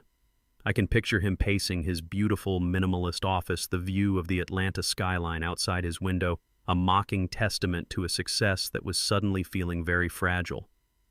He would have been put on hold, the terrible tinny music a soundtrack to his growing anxiety. He would have been transferred from the credit card department, who could only tell him Ashley's account was frozen due to non-payment on their mortgage, to the mortgage department, who could only talk about the default. He was a man used to being in charge, a man whose questions were always answered. But the bank was a faceless, bureaucratic wall. Finally, after being transferred for a fourth time, he reached a senior representative in the loan servicing department. "Look," Malik had pleaded, his frustration boiling over. "My name is Malik Vance. My automatic mortgage payment has apparently failed for 2 months in a row. My business account has more than enough to cover it. I need to know why your system is failing." The woman on the other end was polite, professional, and utterly unhelpful. "I understand your frustration, sir," she had said in a calm, practiced monotone. "I'm looking at your file. The automatic debit for your mortgage was indeed rejected on January 1st and February 1st. "Yes, I know that," Malik said through gritted teeth. "Why?" "It was rejected by the originating bank, sir," she replied. "The reason given was insufficient funds." "That is impossible," he must have yelled, his voice echoing in the quiet office. "I am the originating bank. The money comes from my business account at this very bank. I can see the balance right now." There was a pause and the sound of typing. "Sir," the woman said, her voice still maddeningly calm, "I have no record of a scheduled automatic debit from your business account for this mortgage. The payment authorization on file is linked to a different account number, a dedicated escrow account. That is the account that is reporting insufficient funds." Malik stood there, the phone pressed to his ear, his mind scrambling to make sense of her words. A different account number, a dedicated escrow account. It was like she was speaking a foreign language. He had signed the papers 5 years ago. He had assumed, with the easy confidence of a busy and successful man, that it was all being handled. The idea that his mortgage, the single biggest financial obligation of his life, was being paid from an account he knew nothing about was an impossibility. It broke the laws of financial physics. I don't understand," he had stammered. "What account? Whose account?" "I'm sorry, sir." The woman said, the final brutal wall of corporate policy descending. "Due to privacy regulations, I am not authorized to discuss the details of a third-party account. I can only tell you that the authorized payment method on your file has failed. You are now 60 days past due. I would strongly advise you to rectify the situation." And with that, the call was over. Malik hung up the phone, his mind a maelstrom of confusion and a new, terrifying dread. A mystery account. Insufficient funds. A 60-day default. And then in the middle of that chaos, a single clear thought emerged, an instinct born of a lifetime of conditioning. When you are in trouble, you cannot understand. When you are lost in the woods, you call the one person who has always known the way out. You call your father. Without even thinking, his thumb found my contact in his phone. "Dad." He pressed the call button, his heart pounding with a desperate, childish hope that my voice, my calm, steady, problem-solving voice, would make sense of this madness. He listened as the phone rang, the familiar ringtone, now a beacon of hope in a rising sea of panic. It rang once, twice, 3 times, and then it went to voicemail. My voice, my calm, recorded greeting, was a shock to his system. I always answered, always, especially when he called. He hung up without leaving a message, a feeling of deep, primal unease settling over him. He told himself I was probably just in my woodshop, that I couldn't hear the phone. He waited a few minutes and called again. Voicemail. He left a message. This time, his voice tight. "Dad, it's Malik. Call me. As soon as you get this. It's an emergency." An hour passed. The quiet in their house was heavy, menacing. Ashley was watching him, her earlier fury now replaced by a wide-eyed fear. "What is going on, Malik?" she whispered. "Why isn't he answering?" Her fear fed his. His annoyance at my silence began to curdle into a frantic, clawing desperation. He called again. Voicemail. He sent a text. "Dad, where are you? This is serious. Call me." The message sat there, delivered but unread. He called again and again. He began to pace the length of the living room, the phone a permanent extension of his hand. With each unanswered call, each trip to my recorded voicemail, his panic grew. He felt like a man in a locked room, dialing the one phone number he had that was supposed to be a direct line to the fire department, only to discover that the line had been cut. Ashley, seeing his unraveling, grabbed her own phone and started calling me too. Their quiet, perfect house was now filled with the sound of 2 people, a husband and a wife, frantically, desperately calling the same number over and over again, their combined panic and confusion growing with every unanswered ring. The calls became a blur of desperation, a digital scream into the void. In total, I was told they called 28 times that evening. 28 pleas for help. 28 demands for an answer. 28 moments of dawning horror as they realized their lifeline was gone. As the evening wore on, Malik's frantic energy burned itself out, leaving behind a hollow, terrifying exhaustion. He sat on his $1,000 Italian sofa, the 2 red-lettered warnings from the bank on the coffee table in front of him, his silent phone beside them. He was a man adrift in a sea of questions he couldn't answer. A mystery bank account, a mortgage that had apparently been paying itself for 5 years, and a father, the most reliable and constant force in his entire life, who had suddenly, inexplicably vanished. He tried to think logically. When did this all start? The first letter from the bank had arrived in mid-January, a few weeks after Christmas, a few weeks after that cold, shameful phone call where he had uninvited his own father from the holiday. He had thought it was a temporary, awkward moment. He had told himself his father would get over it. But what if he hadn't? The thought, once it entered his mind, was a chilling one. Was this a coincidence, or was this a consequence? Was his father's silence not a sign of absence, but a form of action? The idea was so alien, so contrary to the man he knew his father to be, that he couldn't fully grasp it. But the seed of a terrible suspicion had been planted. He was a man with a puzzle, and he knew with a certainty that terrified him that his father was the only one who held the missing piece. The night wore on. The unanswered calls were a testament to his powerlessness. He looked at Ashley, who was curled up on the other end of the sofa, her face pale with a fear she could no longer hide behind anger.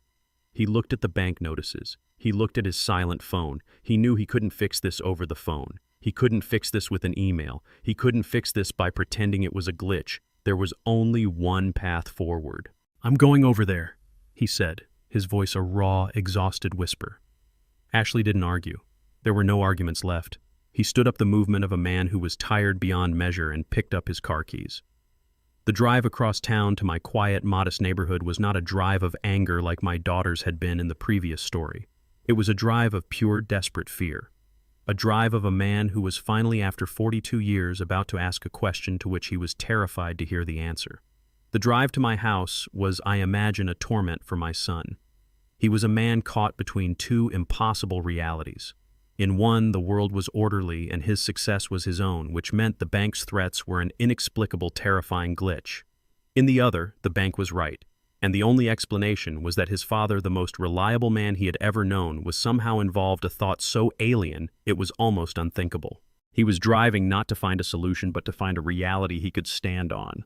I heard his car pull into the driveway, the sound of tires on gravel, too fast, too frantic. I heard the car door slam. A moment later, he was at my front door, not knocking, but pounding his fist against the solid wood, the sound of frantic, desperate drumbeat. I was in my armchair, a book open in my lap, though I hadn't read a word in hours. I was simply waiting. I stood up slowly, my old bones aching with a weariness that had nothing to do with age, and I opened the door. He looked terrible. His face was pale and drawn, his eyes wide with a frantic, sleepless energy. The confident, successful CEO was gone, replaced by a terrified son who had lost his way. He pushed past me into the house, running a hand through his hair. "Dad," he began, his voice a raw, ragged thing. "What is going on? I've been calling you for days. Days. The bank is sending letters threatening to foreclose. Ashley's card was declined. She's a wreck. The whole world is falling apart and you won't even answer your phone. You have to tell me what's happening." He was pleading, demanding, accusing, all in the same breath.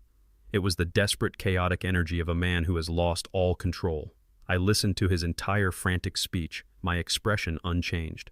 I let the storm of his panic break against the wall of my calm. When he was finally finished, his chest heaving, I simply looked at him. "Son," I said, my voice quiet and even, "you need to take a deep breath.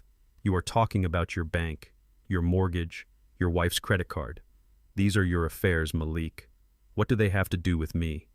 He stared at me, his mouth agape, a look of pure, uncomprehending disbelief on his face. "What do they have to do with you?" he repeated, his voice incredulous. "What are you talking about, Dad? I have been on the phone with the bank for hours. They're talking about some mystery escrow account, a payment that has been failing for 2 months. They say the payment is linked to an account that isn't mine. And this all started right after Christmas, right after our phone call." The connection was there on the tip of his tongue, a terrible suspicion he was afraid to speak aloud. I saw the flicker of dawning, horrified understanding in his eyes. He was close. But I could not be the one to give him the answer. He had to find it himself. To hear it from me would be to see it as an attack and accusation.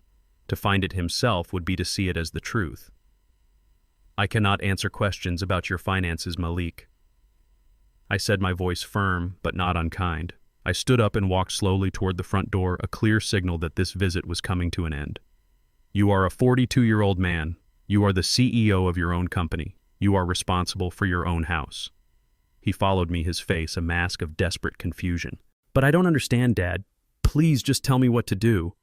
I stopped at the door and turned to face him. The time for anger was past. The time for pity was not yet here. This was the time for the hard, painful lesson. "I will not tell you what to do," I said, "but I will ask you a question. You're a smart man, you're a problem solver. Your wife tells me you're a genius, so solve this problem." I held his gaze, my eyes unwavering. "Go home. Sit down at that expensive computer in your fancy office and answer one simple question for me, a question I know you haven't asked yourself in a very long time. When was the last time you personally looked at a detailed line-by-line bank statement for the account your mortgage was supposed to be paid from?" He stared at me, the question hanging in the air between us, a stark and terrible challenge. He had no answer. He knew, and I knew, that the answer was never. "You want to know what's going on?" I said, my voice dropping to a low, somber tone. "The answer isn't in my house, son. It's in yours. It's been there all along. You just never bothered to look." I opened the door for him. He stood on the threshold for a moment, his mind reeling. Then he turned and walked away, not with anger, but with the stunned, stumbling gait of a man who has just been told the world is not what he thought it was.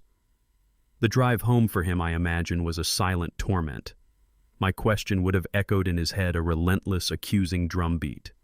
When was the last time you looked? He was a man who prided himself on his intelligence, on his attention to detail in his business. But he was being forced to confront a terrible truth. He had been completely, utterly, and negligently blind to the single most important detail of his own life. My calm was the most unsettling part.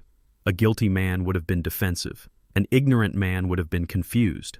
My calm was the calm of a man who knew the answer, a man who was simply waiting for everyone else to catch up. He walked into his house and Ashley was on him in an instant. "Well," she demanded, her voice sharp with anxiety. "What did he say? Is he going to fix it? Is he going to call the bank?" Malik, I was told, just shook his head, his eyes having a distant, haunted look. He said it's our problem," he mumbled, walking past her towards their home office. "He told me to look at our bank statements." Ashley's reaction was predictable, a short, sharp, incredulous laugh. "Our bank statements? What is he talking about? This is his fault, some mess he's made, and he's telling us to look at our statements. That ridiculous, stubborn old man." She was still trying to cast me as the villain, the source of the problem. But Malik was no longer listening to her. My question had taken root in his mind, a seed of doubt that was now sprouting into a tree of terrible certainty. He sat down in front of his sleek, expensive computer, the very symbol of the success he had been projecting to the world. And he knew with a certainty that made his stomach turn to ice that this machine was about to show him the truth of what a fraud that success really was. "We're looking," he said to Ashley, his voice a low, determined command. She stood behind him, her arms crossed, still fuming, as his fingers, trembling slightly, began to type the website of their bank. He entered his username. He entered his password. The screen loaded, welcoming him to his online portal, a place he had not truly visited in 5 long years. He navigated to the documents section, his heart pounding in his chest. He didn't click on the mortgage account. He clicked on his and Ashley's main joint checking account, the one where his income was deposited. The one he had always assumed was paying for everything. He scrolled down to the previous month, January, and he clicked the link. "Download PDF statement." The file downloaded. He clicked to open it, and as the document loaded on the screen, a long, damning list of debits and credits, I imagined the world stopped. He held the mouse, his finger poised over the scroll wheel, a man on the edge of a cliff about to finally look down.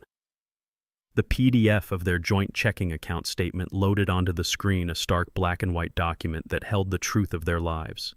I can picture them, my son and his wife, leaning in their faces, illuminated by the cold glow of the monitor. The air in their expensive home office would have been thick with a tension so profound it was almost a sound. Malik, I imagine, was the one controlling the mouse.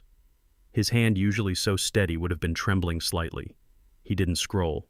He was a man of efficiency, even in a crisis. He used the search function. He typed in the name of the mortgage company.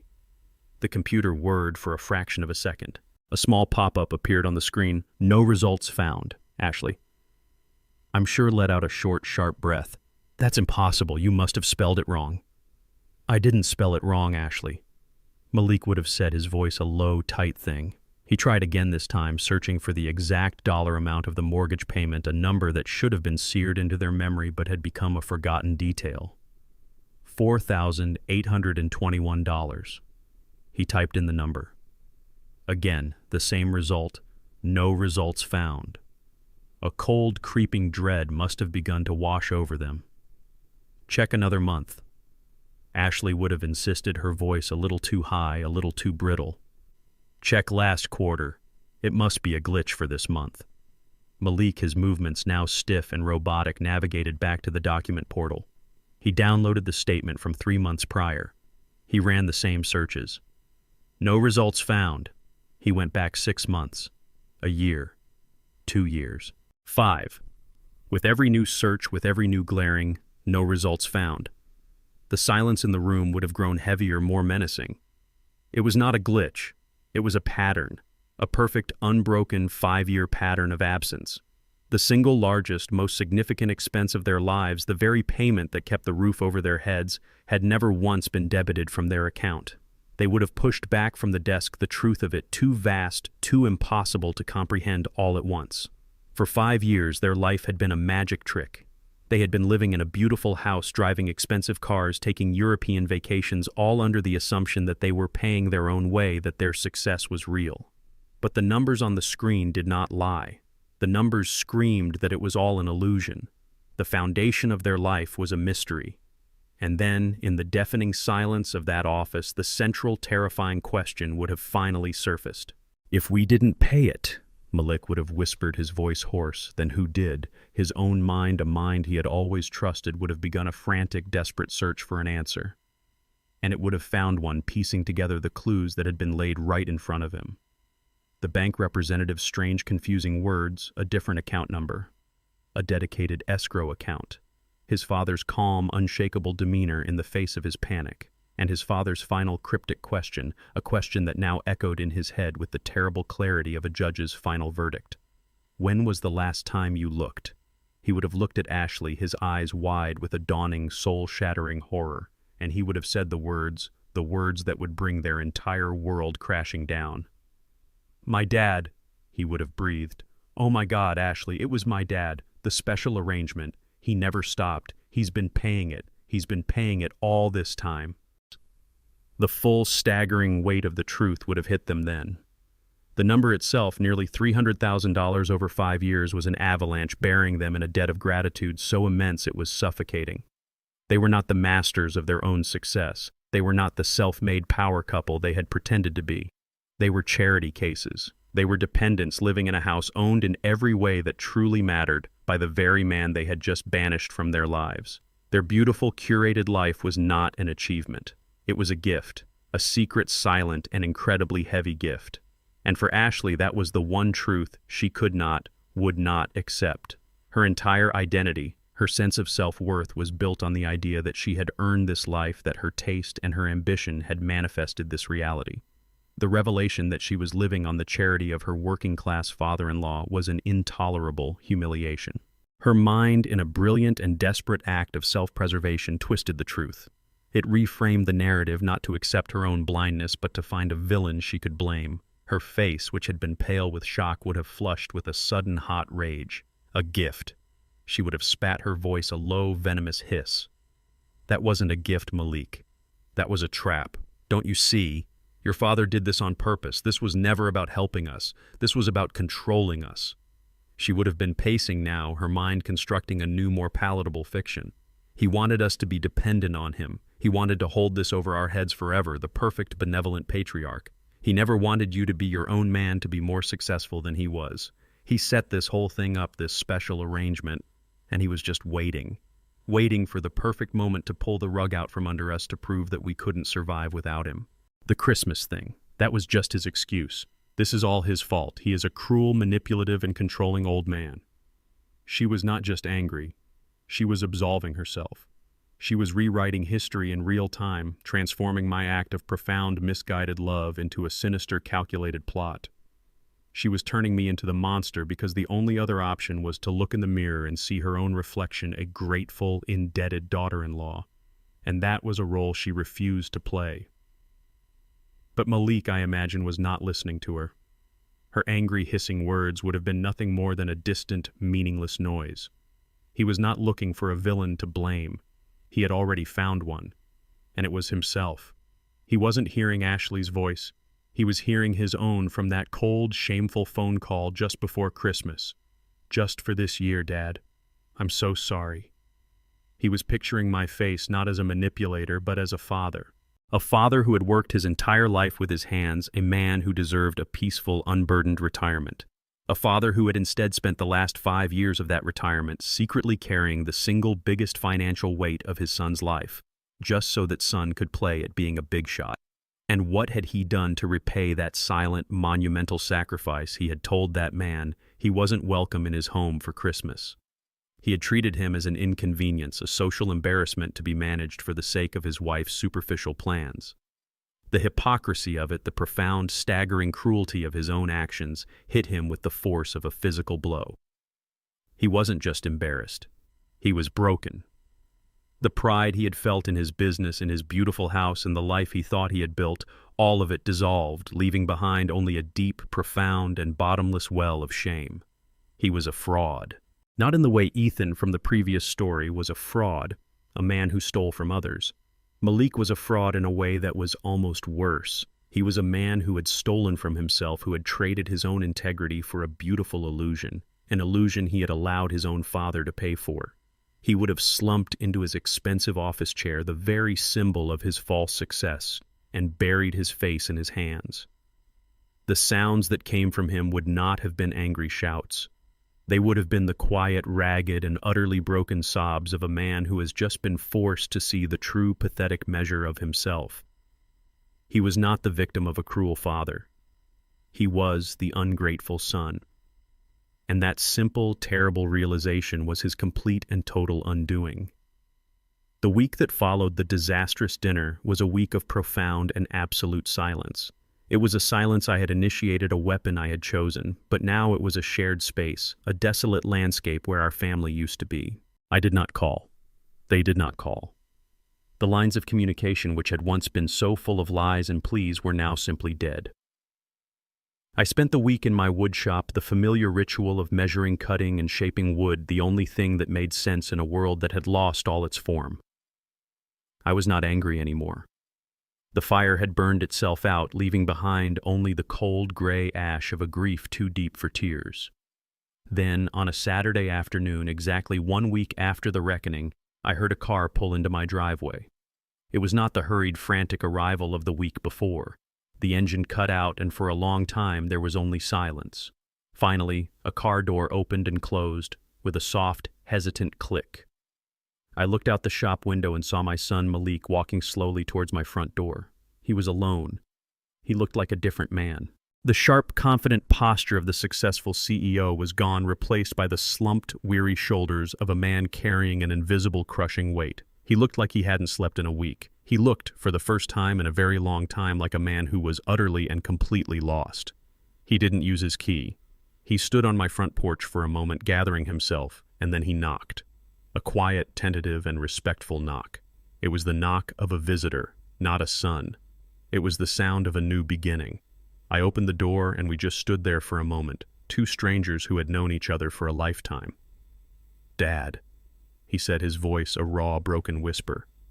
Can I come in?" I stepped aside and let him pass. He walked into the living room, a room he had once filled with the noisy, vibrant energy of a growing boy, and now he seemed to shrink in its quiet stillness. He didn't sit down. He just stood in the middle of the room, looking at his own feet, a man on trial about to deliver his final confession. "I don't even know where to begin." He started, his voice thick with a shame so profound it was painful to witness. "I'm sorry, it's not enough. I know it's not enough, but it's all I have." He finally looked up at me, and his eyes were full of a raw, unshielded pain. "I'm sorry for the phone call. For Christmas. It was a cowardly, shameful thing to do. There's no excuse for it. None." He took a ragged breath. "But that's not the real thing I'm sorry for. I'm sorry because I was blind. I was so caught up in the dream and the image and the life that Ashley and I were building that I never stopped to look at the foundation. I never stopped to see that you were the one holding it all up." He gestured vaguely, as if the walls of my small house were a cage. "I spent the last week going through everything. The statements, the numbers. 5 years. 5 years you carried us. You carried me. You paid for my dream, Dad, and I didn't even have the decency to thank you for it. I didn't even have the decency to know about it, because I was too busy, too proud, too arrogant to look. I was too busy pretending I had earned it all myself." He was crying now, not the loud, performative tears of my father, but the silent, hot, and shameful tears of a man who has just been forced to see his own reflection for the first time and is horrified by what he sees. "You gave me everything," he whispered. "And I threw you away for a holiday party. I threw you away because your presence made my wife feel uncomfortable. I failed you, as a man and as a son. I failed you. And I am so, so sorry." He finished his apology hanging in the quiet room, a raw and honest thing. The old me, the father who couldn't bear to see his son in pain, would have rushed to comfort him. Would have said, "It's okay, son, I forgive you." Would have smoothed it all over and put the broken pieces back together. But I was not that man anymore. That man's foolish, unconditional forgiveness was what had allowed this rot to grow in the first place. I walked over to the armchair and sat down, a signal that this was not a moment for an easy embrace. "I hear you, son," I said, my voice even the voice of a judge who has heard a defendant's plea. "And I believe that you are sorry. Your sorrow is real. I can see it." He looked at me, a flicker of hope in his tear-filled eyes, but I could not give him what he wanted. Not yet. But your sorrow doesn't change the facts, Malik. I continued, my voice calm but unyielding. You and your wife built a life on a lie that I, in my own foolishness, made possible. That house you live in, it's not a home, it's a stage. It's a prop in a play about a successful man you have not yet become, and the performance is over. I let the words settle as hard and as heavy as stones.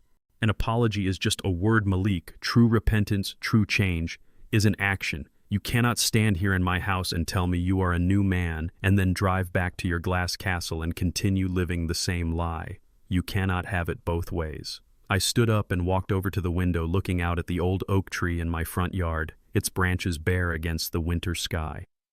You have to choose, I said, my back to him. You have to choose what kind of man you want to be from this day forward. Do you want to be the man who lives in a beautiful house that is a monument to deception, a man propped up by his father's sacrifice and his wife's ambition? Or do you want to be the man who builds his own life, however small, however humble, on a foundation of truth? He was silent. I could feel the weight of my question, the weight of his entire future pressing down on him. If you are truly sorry, I said, turning to face him, if you truly want to build something real between us again, then you will take action. You will sell that house. You will pay off the debts you have incurred. You will downsize. You and your wife will learn to live within your own means. You will prove to me, and more importantly to yourself, that your character is more valuable to you than your image. I saw the conflict in his eyes, the terrible war between his shame and his life with Ashley. I know this will not be easy, I said, my voice softening just a little. I know your wife will fight you on this. She loves the cage, and that son is the real test. You have to decide who you are. Are you a man who stands for what is right even when it is hard? Or are you a husband who enables a fantasy because you are afraid of the conflict? Your entire future rests on the answer to that question. I had laid it all out. The choice was his. The path to redemption was clear, but it was a hard, steep, and painful path. The choice is yours, Malik, I said, my voice quiet but absolute. You can have a relationship with your father, a new one built on honesty and mutual respect. Or you can have your beautiful house and all the lies that come with it. You cannot have both. I walked back to my armchair and sat down, picking up my book, a clear sign that the conversation was over. I was leaving him alone with the hardest and most important decision of his life. The choice I had given my son was a heavy one, and I knew it. In the weeks that followed our last painful conversation, a new kind of silence settled between us. It was not the angry, wounded silence of the holidays. It was a silence of deliberation, of a man wrestling with the entire foundation of his life. I did not call him. I did not press him. I had delivered my ultimatum, a hard and bitter pill, and I knew that he had to be the one to choose to swallow it. To force him would be to repeat the same mistakes I had made my whole life, propping him up, making the decisions for him. This had to be his. I spent those weeks in a state of quiet, anxious limbo. I worked in my shop, the familiar scrape of a hand plane on a piece of wood, the only thing that could quiet the noise in my own head. Had I been too harsh? Had I pushed him too far? Broken the final fragile thread that connected us?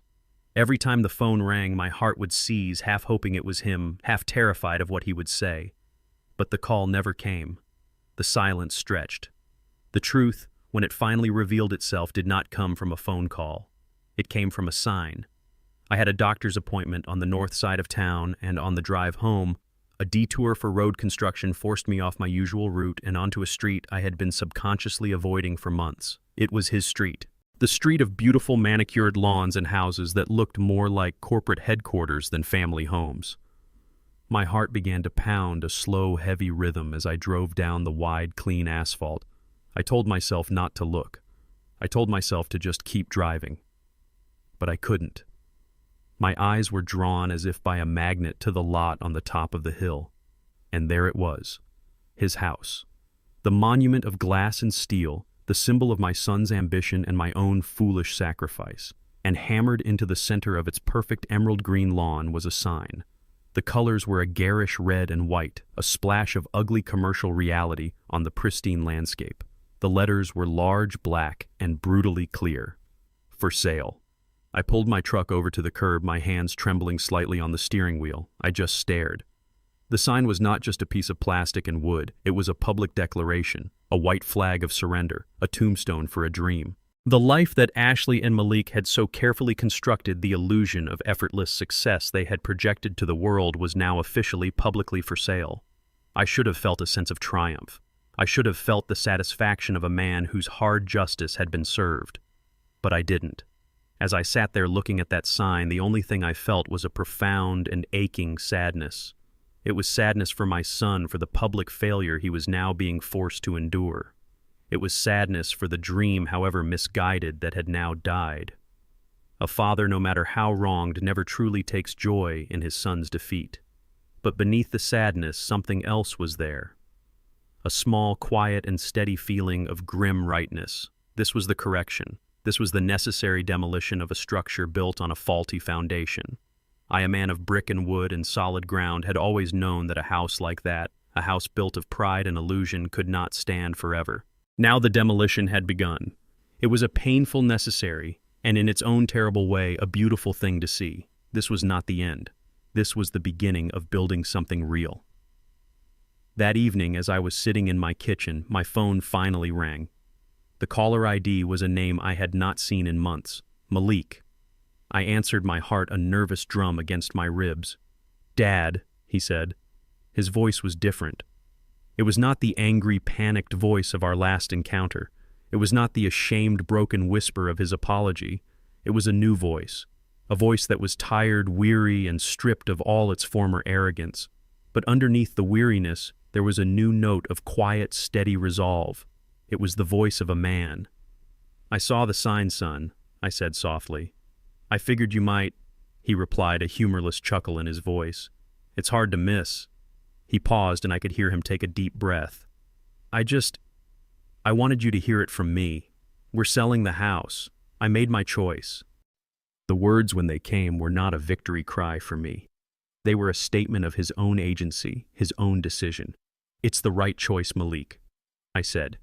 "It's the only choice." He corrected me, and in that simple correction I heard a universe of change. He was no longer a victim of circumstance.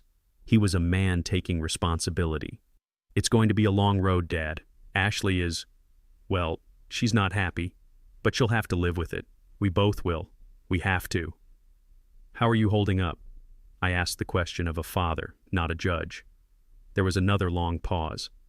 "I'm tired," he said, the honesty of it a raw and beautiful thing.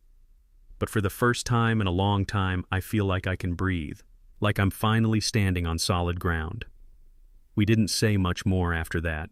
We didn't need to. The most important things had been said. He had made his choice. He had chosen the hard, painful, and honest path. He had chosen his father. He had chosen himself.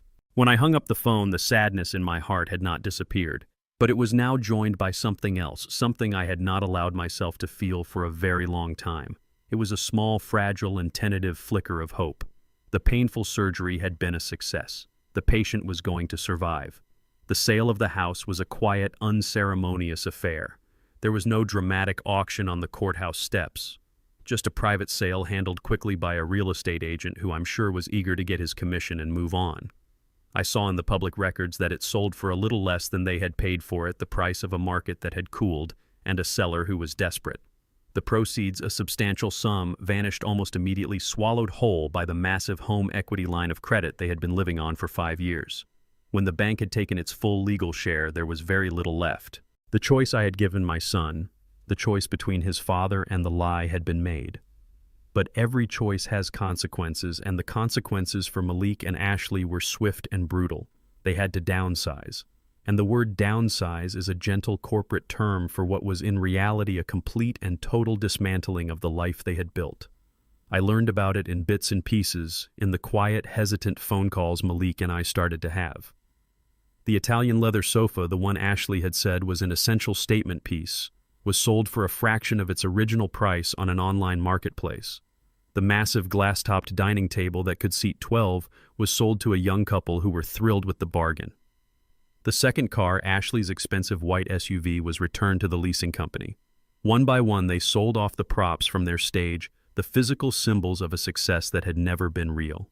Their new home was a two-bedroom apartment in a large, anonymous complex in a part of town they once would have considered a transitional neighborhood. The panoramic view of the city skyline was replaced by a view of the parking lot and the dumpster. The spacious open-plan living area was replaced by small boxy rooms with beige, featureless walls. I imagined Ashley a woman who had built her career on aesthetics and the curation of beautiful spaces, living in that generic, soulless apartment. The irony was as thick as it was painful. The financial pressure was immense. But the real casualty, the real collapse, was their marriage. The entire foundation of their relationship, I came to realize, had been built on a shared ambition, a shared dream of a certain kind of life.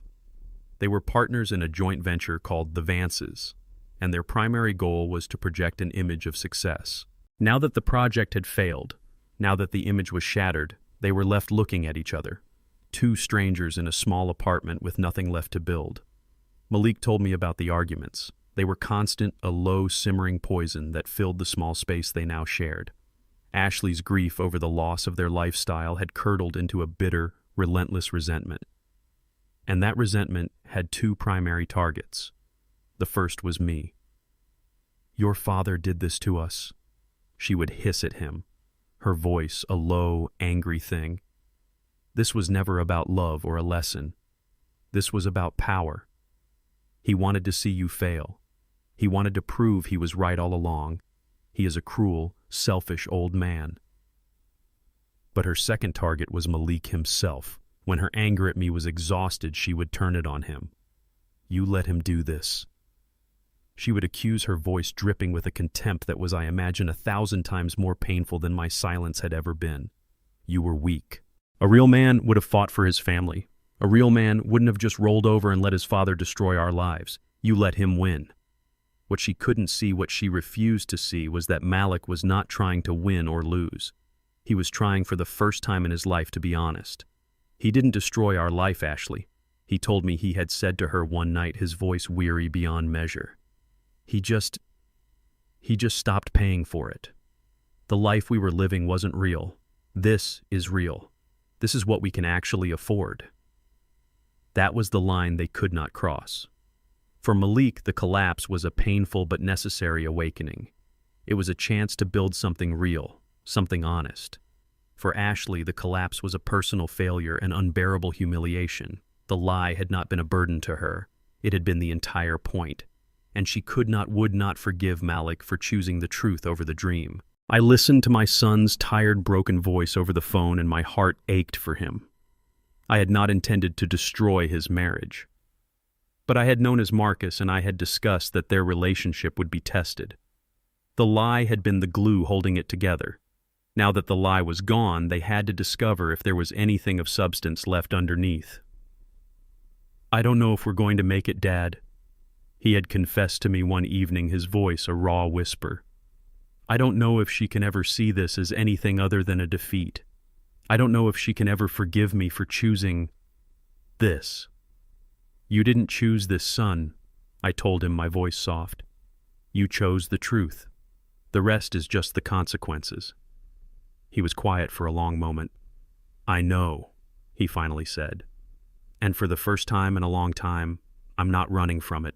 I'm just so tired of living in it." The new foundation was being laid, but the ground was shaking and the cost was higher than either of us could have ever imagined. The sale of the glass house was the end of a chapter. It was a loud, public, and necessary full stop on a life that had been built on a lie. The months that followed were a quiet, uncertain epilogue. Malik and Ashley, now living in a small rented apartment, were navigating the wreckage. Their marriage, as Malik had predicted, was strained to the breaking point. Ashley, I gathered, could not let go of her resentment towards me, and more poisonously towards Malik for his weakness. He, in turn, was a man on a slow and painful journey of self-discovery, trying to figure out who he was without the expensive props he had used to define himself for so long. We spoke on the phone occasionally, our conversations brief, functional, and carefully navigated around the vast, unexploded minefield of the past. He was dealing with the last of the legal fallout from the sale. He was trying to keep his business afloat without the facade of success he had once relied upon. He sounded tired, but he never once asked for help. He was carrying his own weight, and in that I saw the first faint glint of the man I had always hoped he would become. Then, one Saturday morning in the early spring, I was out in my backyard surveying the old wooden fence that ran along the back of my property. A hard winter storm had knocked one of the posts loose, and the whole section was leaning at a sad, tired angle. It was a big job for a 75-year-old man, a job I had been putting off. As I stood there planning my work, I heard a car pull into the driveway. It was Malik's truck, an older, more practical model than the luxury car he used to drive. He got out, and he was not the man I had seen in my living room broken by shame. He was not the confident CEO I had known before that. He was someone new. He was wearing old jeans and a faded work shirt, clothes that looked like his, not like a costume. And he was carrying 2 cups of coffee from the little diner down the street. He walked around the side of the house, his steps steady, and handed me one of the cups. "Morning, Dad," he said. His voice was even, the old, desperate edge gone completely. "Morning, son," I said, taking the coffee. It was warm in my hands. He looked past me at the leaning fence. "I was driving by," he said, which was a lie. He lived miles away. But it was a kind lie, a lie of respect. "I saw the back fence took a hit in that last storm. Figured you could use an extra pair of hands to set it right." I looked at him, really looked at him for the first time in what felt like a lifetime. He was not here to ask for money. He was not here to apologize again. He was here to offer something, his time, his strength, his help. He was coming to me on my own terms, in my own world, a world of work and of fixing what was broken. I took a slow sip of the coffee. "Could always use a strong back," I said with a nod. And that was all that needed to be said. We worked. We spent the entire morning and most of the afternoon together under the cool spring sun. I was the foreman again, and he was the apprentice, just as he had been when he was a boy, learning to use a hammer. We dug out the old rotten post. We cleared the hole. We mixed a bag of concrete in a wheelbarrow, the rhythmic scrape of the shovel a comfortable, familiar sound. There was a time when my son would have considered this work beneath him. Now he worked with a quiet, focused determination, his hands once soft from an office job getting calloused and dirty. And we worked for the most part in silence. But it was not the cold, heavy silence of our recent past. It was a new silence, a comfortable working silence. The kind of silence that exists between 2 men who understand each other without the need for a lot of words. It was the silence of shared labor of a common goal. We were not talking about the past. We were not talking about the betrayal or the lies or the pain. We were building something together, and that was its own kind of conversation. As I watched him work, as I saw the sweat on his brow and the earnest concentration in his eyes, I felt a feeling I had not felt in a long, long time. It was pride. But it was a new kind of pride. It was not the hollow pride I had felt for his fancy house or his big-shot clients. It was a deep, solid pride in his character, in the man who was emerging from the ruins of the boy's ambition. He was learning that a man's worth is not measured by the things he can buy, but by the things he can build, the things he can fix. Late in the afternoon, we set the new post in the fresh concrete, using my old level to make sure it was perfectly, absolutely true. We stood back side by side, looking at the single solid post standing straight and strong in the ground. The rest of the fence was still old and weathered. The relationship between us was still scarred and fragile. But the new foundation had been laid. And it was solid. It was honest. And it was built to last. The last nail was driven as the sun began its slow descent, painting the afternoon sky in soft, forgiving shades of orange and pink. We stood back side by side, 2 tired men covered in a thin layer of sawdust and honest sweat. The fence stood straight and true, a solid, tangible line against the world. The new post, anchored in a deep bed of concrete, was a silent testament to a day of hard, shared labor. It was just a small section of an old fence, but it felt like more. It felt like the first piece of a new foundation. "Looks good," Malik said, his voice a low, weary thing. "Stand straight." "It'll hold," I replied. "It's built on solid ground." The words hung in the air between us, their meaning deeper than just wood and concrete. We packed up the tools in a comfortable, practiced silence.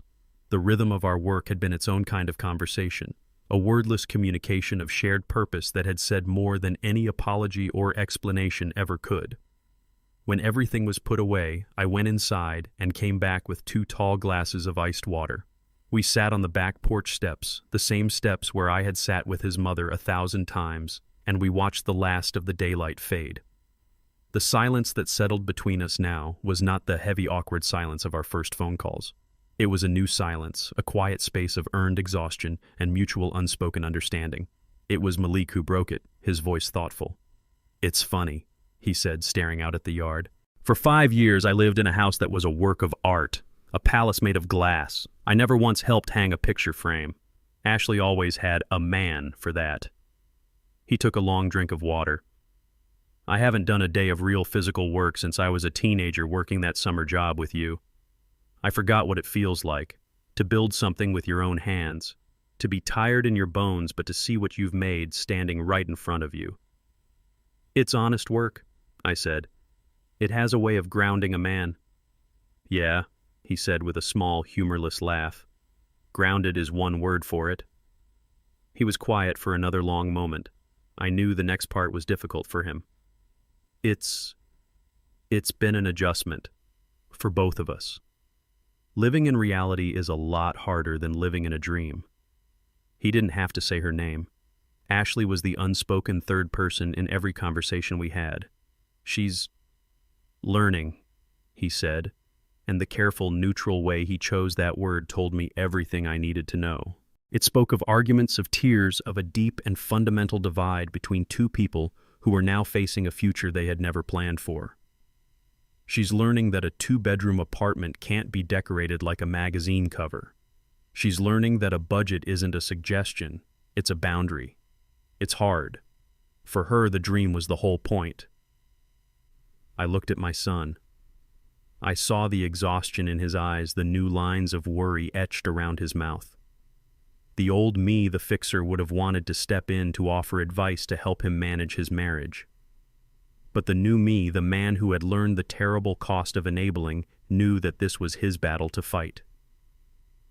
"All a man can do is be a man of his word, son," I said, my voice soft but clear. "You build your own life on a foundation you can trust. The rest will sort itself out, one way or another. People either learn to live in a house built on truth, or they decide they can't, and they leave." He nodded, understanding my meaning completely. He knew I was talking about more than just him and Ashley. I was talking about me. I had decided I could no longer live in the false house of our old relationship. He finished his water and stood up, his muscles groaning in protest. "Well," he said, trying for a smile, "I'd better get going. I'm cooking dinner tonight." The thought of my son, the former CEO, cooking a simple meal in a small apartment kitchen was a more powerful symbol of his changed life than anything else. "You did good work today, son," I said, standing up to face him. "You're an easy foreman to work for," he replied, and for the first time a real, genuine smile touched his lips. There was no big emotional hug. It was still too soon for that. The wounds were still too raw. Instead, he just put a hand on my shoulder, a gesture of a grown man of an equal. "I'll call you next week, Dad," he said. It wasn't a promise born of guilt or obligation. It was a simple statement of fact, a new tradition built on a new foundation. "I'll be here," I said. I watched him walk to his truck and drive away. I stood on my porch for a long time watching his taillights disappear down the street. The ache in my heart for the family we had lost was still there. It would always be there. But as I stood in the quiet twilight, a new feeling was taking its place. It was a feeling of profound and peaceful hope. I had lost the dependent son who had always needed me to fix his problems, the boy who had been so desperate for a life he hadn't earned. But as I watched him drive away, a man going home to cook his own dinner and face his own hard truths, I felt like I was finally, after all these years, getting to meet the man he was always meant to be. And that was a trade I would make every single time. I spent a lifetime building houses for other people, and I nearly let my own family's foundation crumble. My son's Christmas rejection taught me a hard lesson: you cannot demand respect from a place of dependence. My love had become an invisible crutch, and I had to pull it away to see if my son could truly stand on his own. True fatherhood isn't just about providing, it's about knowing when to stop. It's about teaching your children the value of your presence by being willing when necessary to show them the profound weight of your absence. Do you believe a parent's hardest job is knowing when to step back and let their children face their own mistakes? I would be honored to read your perspective in the comments below. And if you believe that real strength is built from struggle, not from comfort, please hit that like button and subscribe for more stories.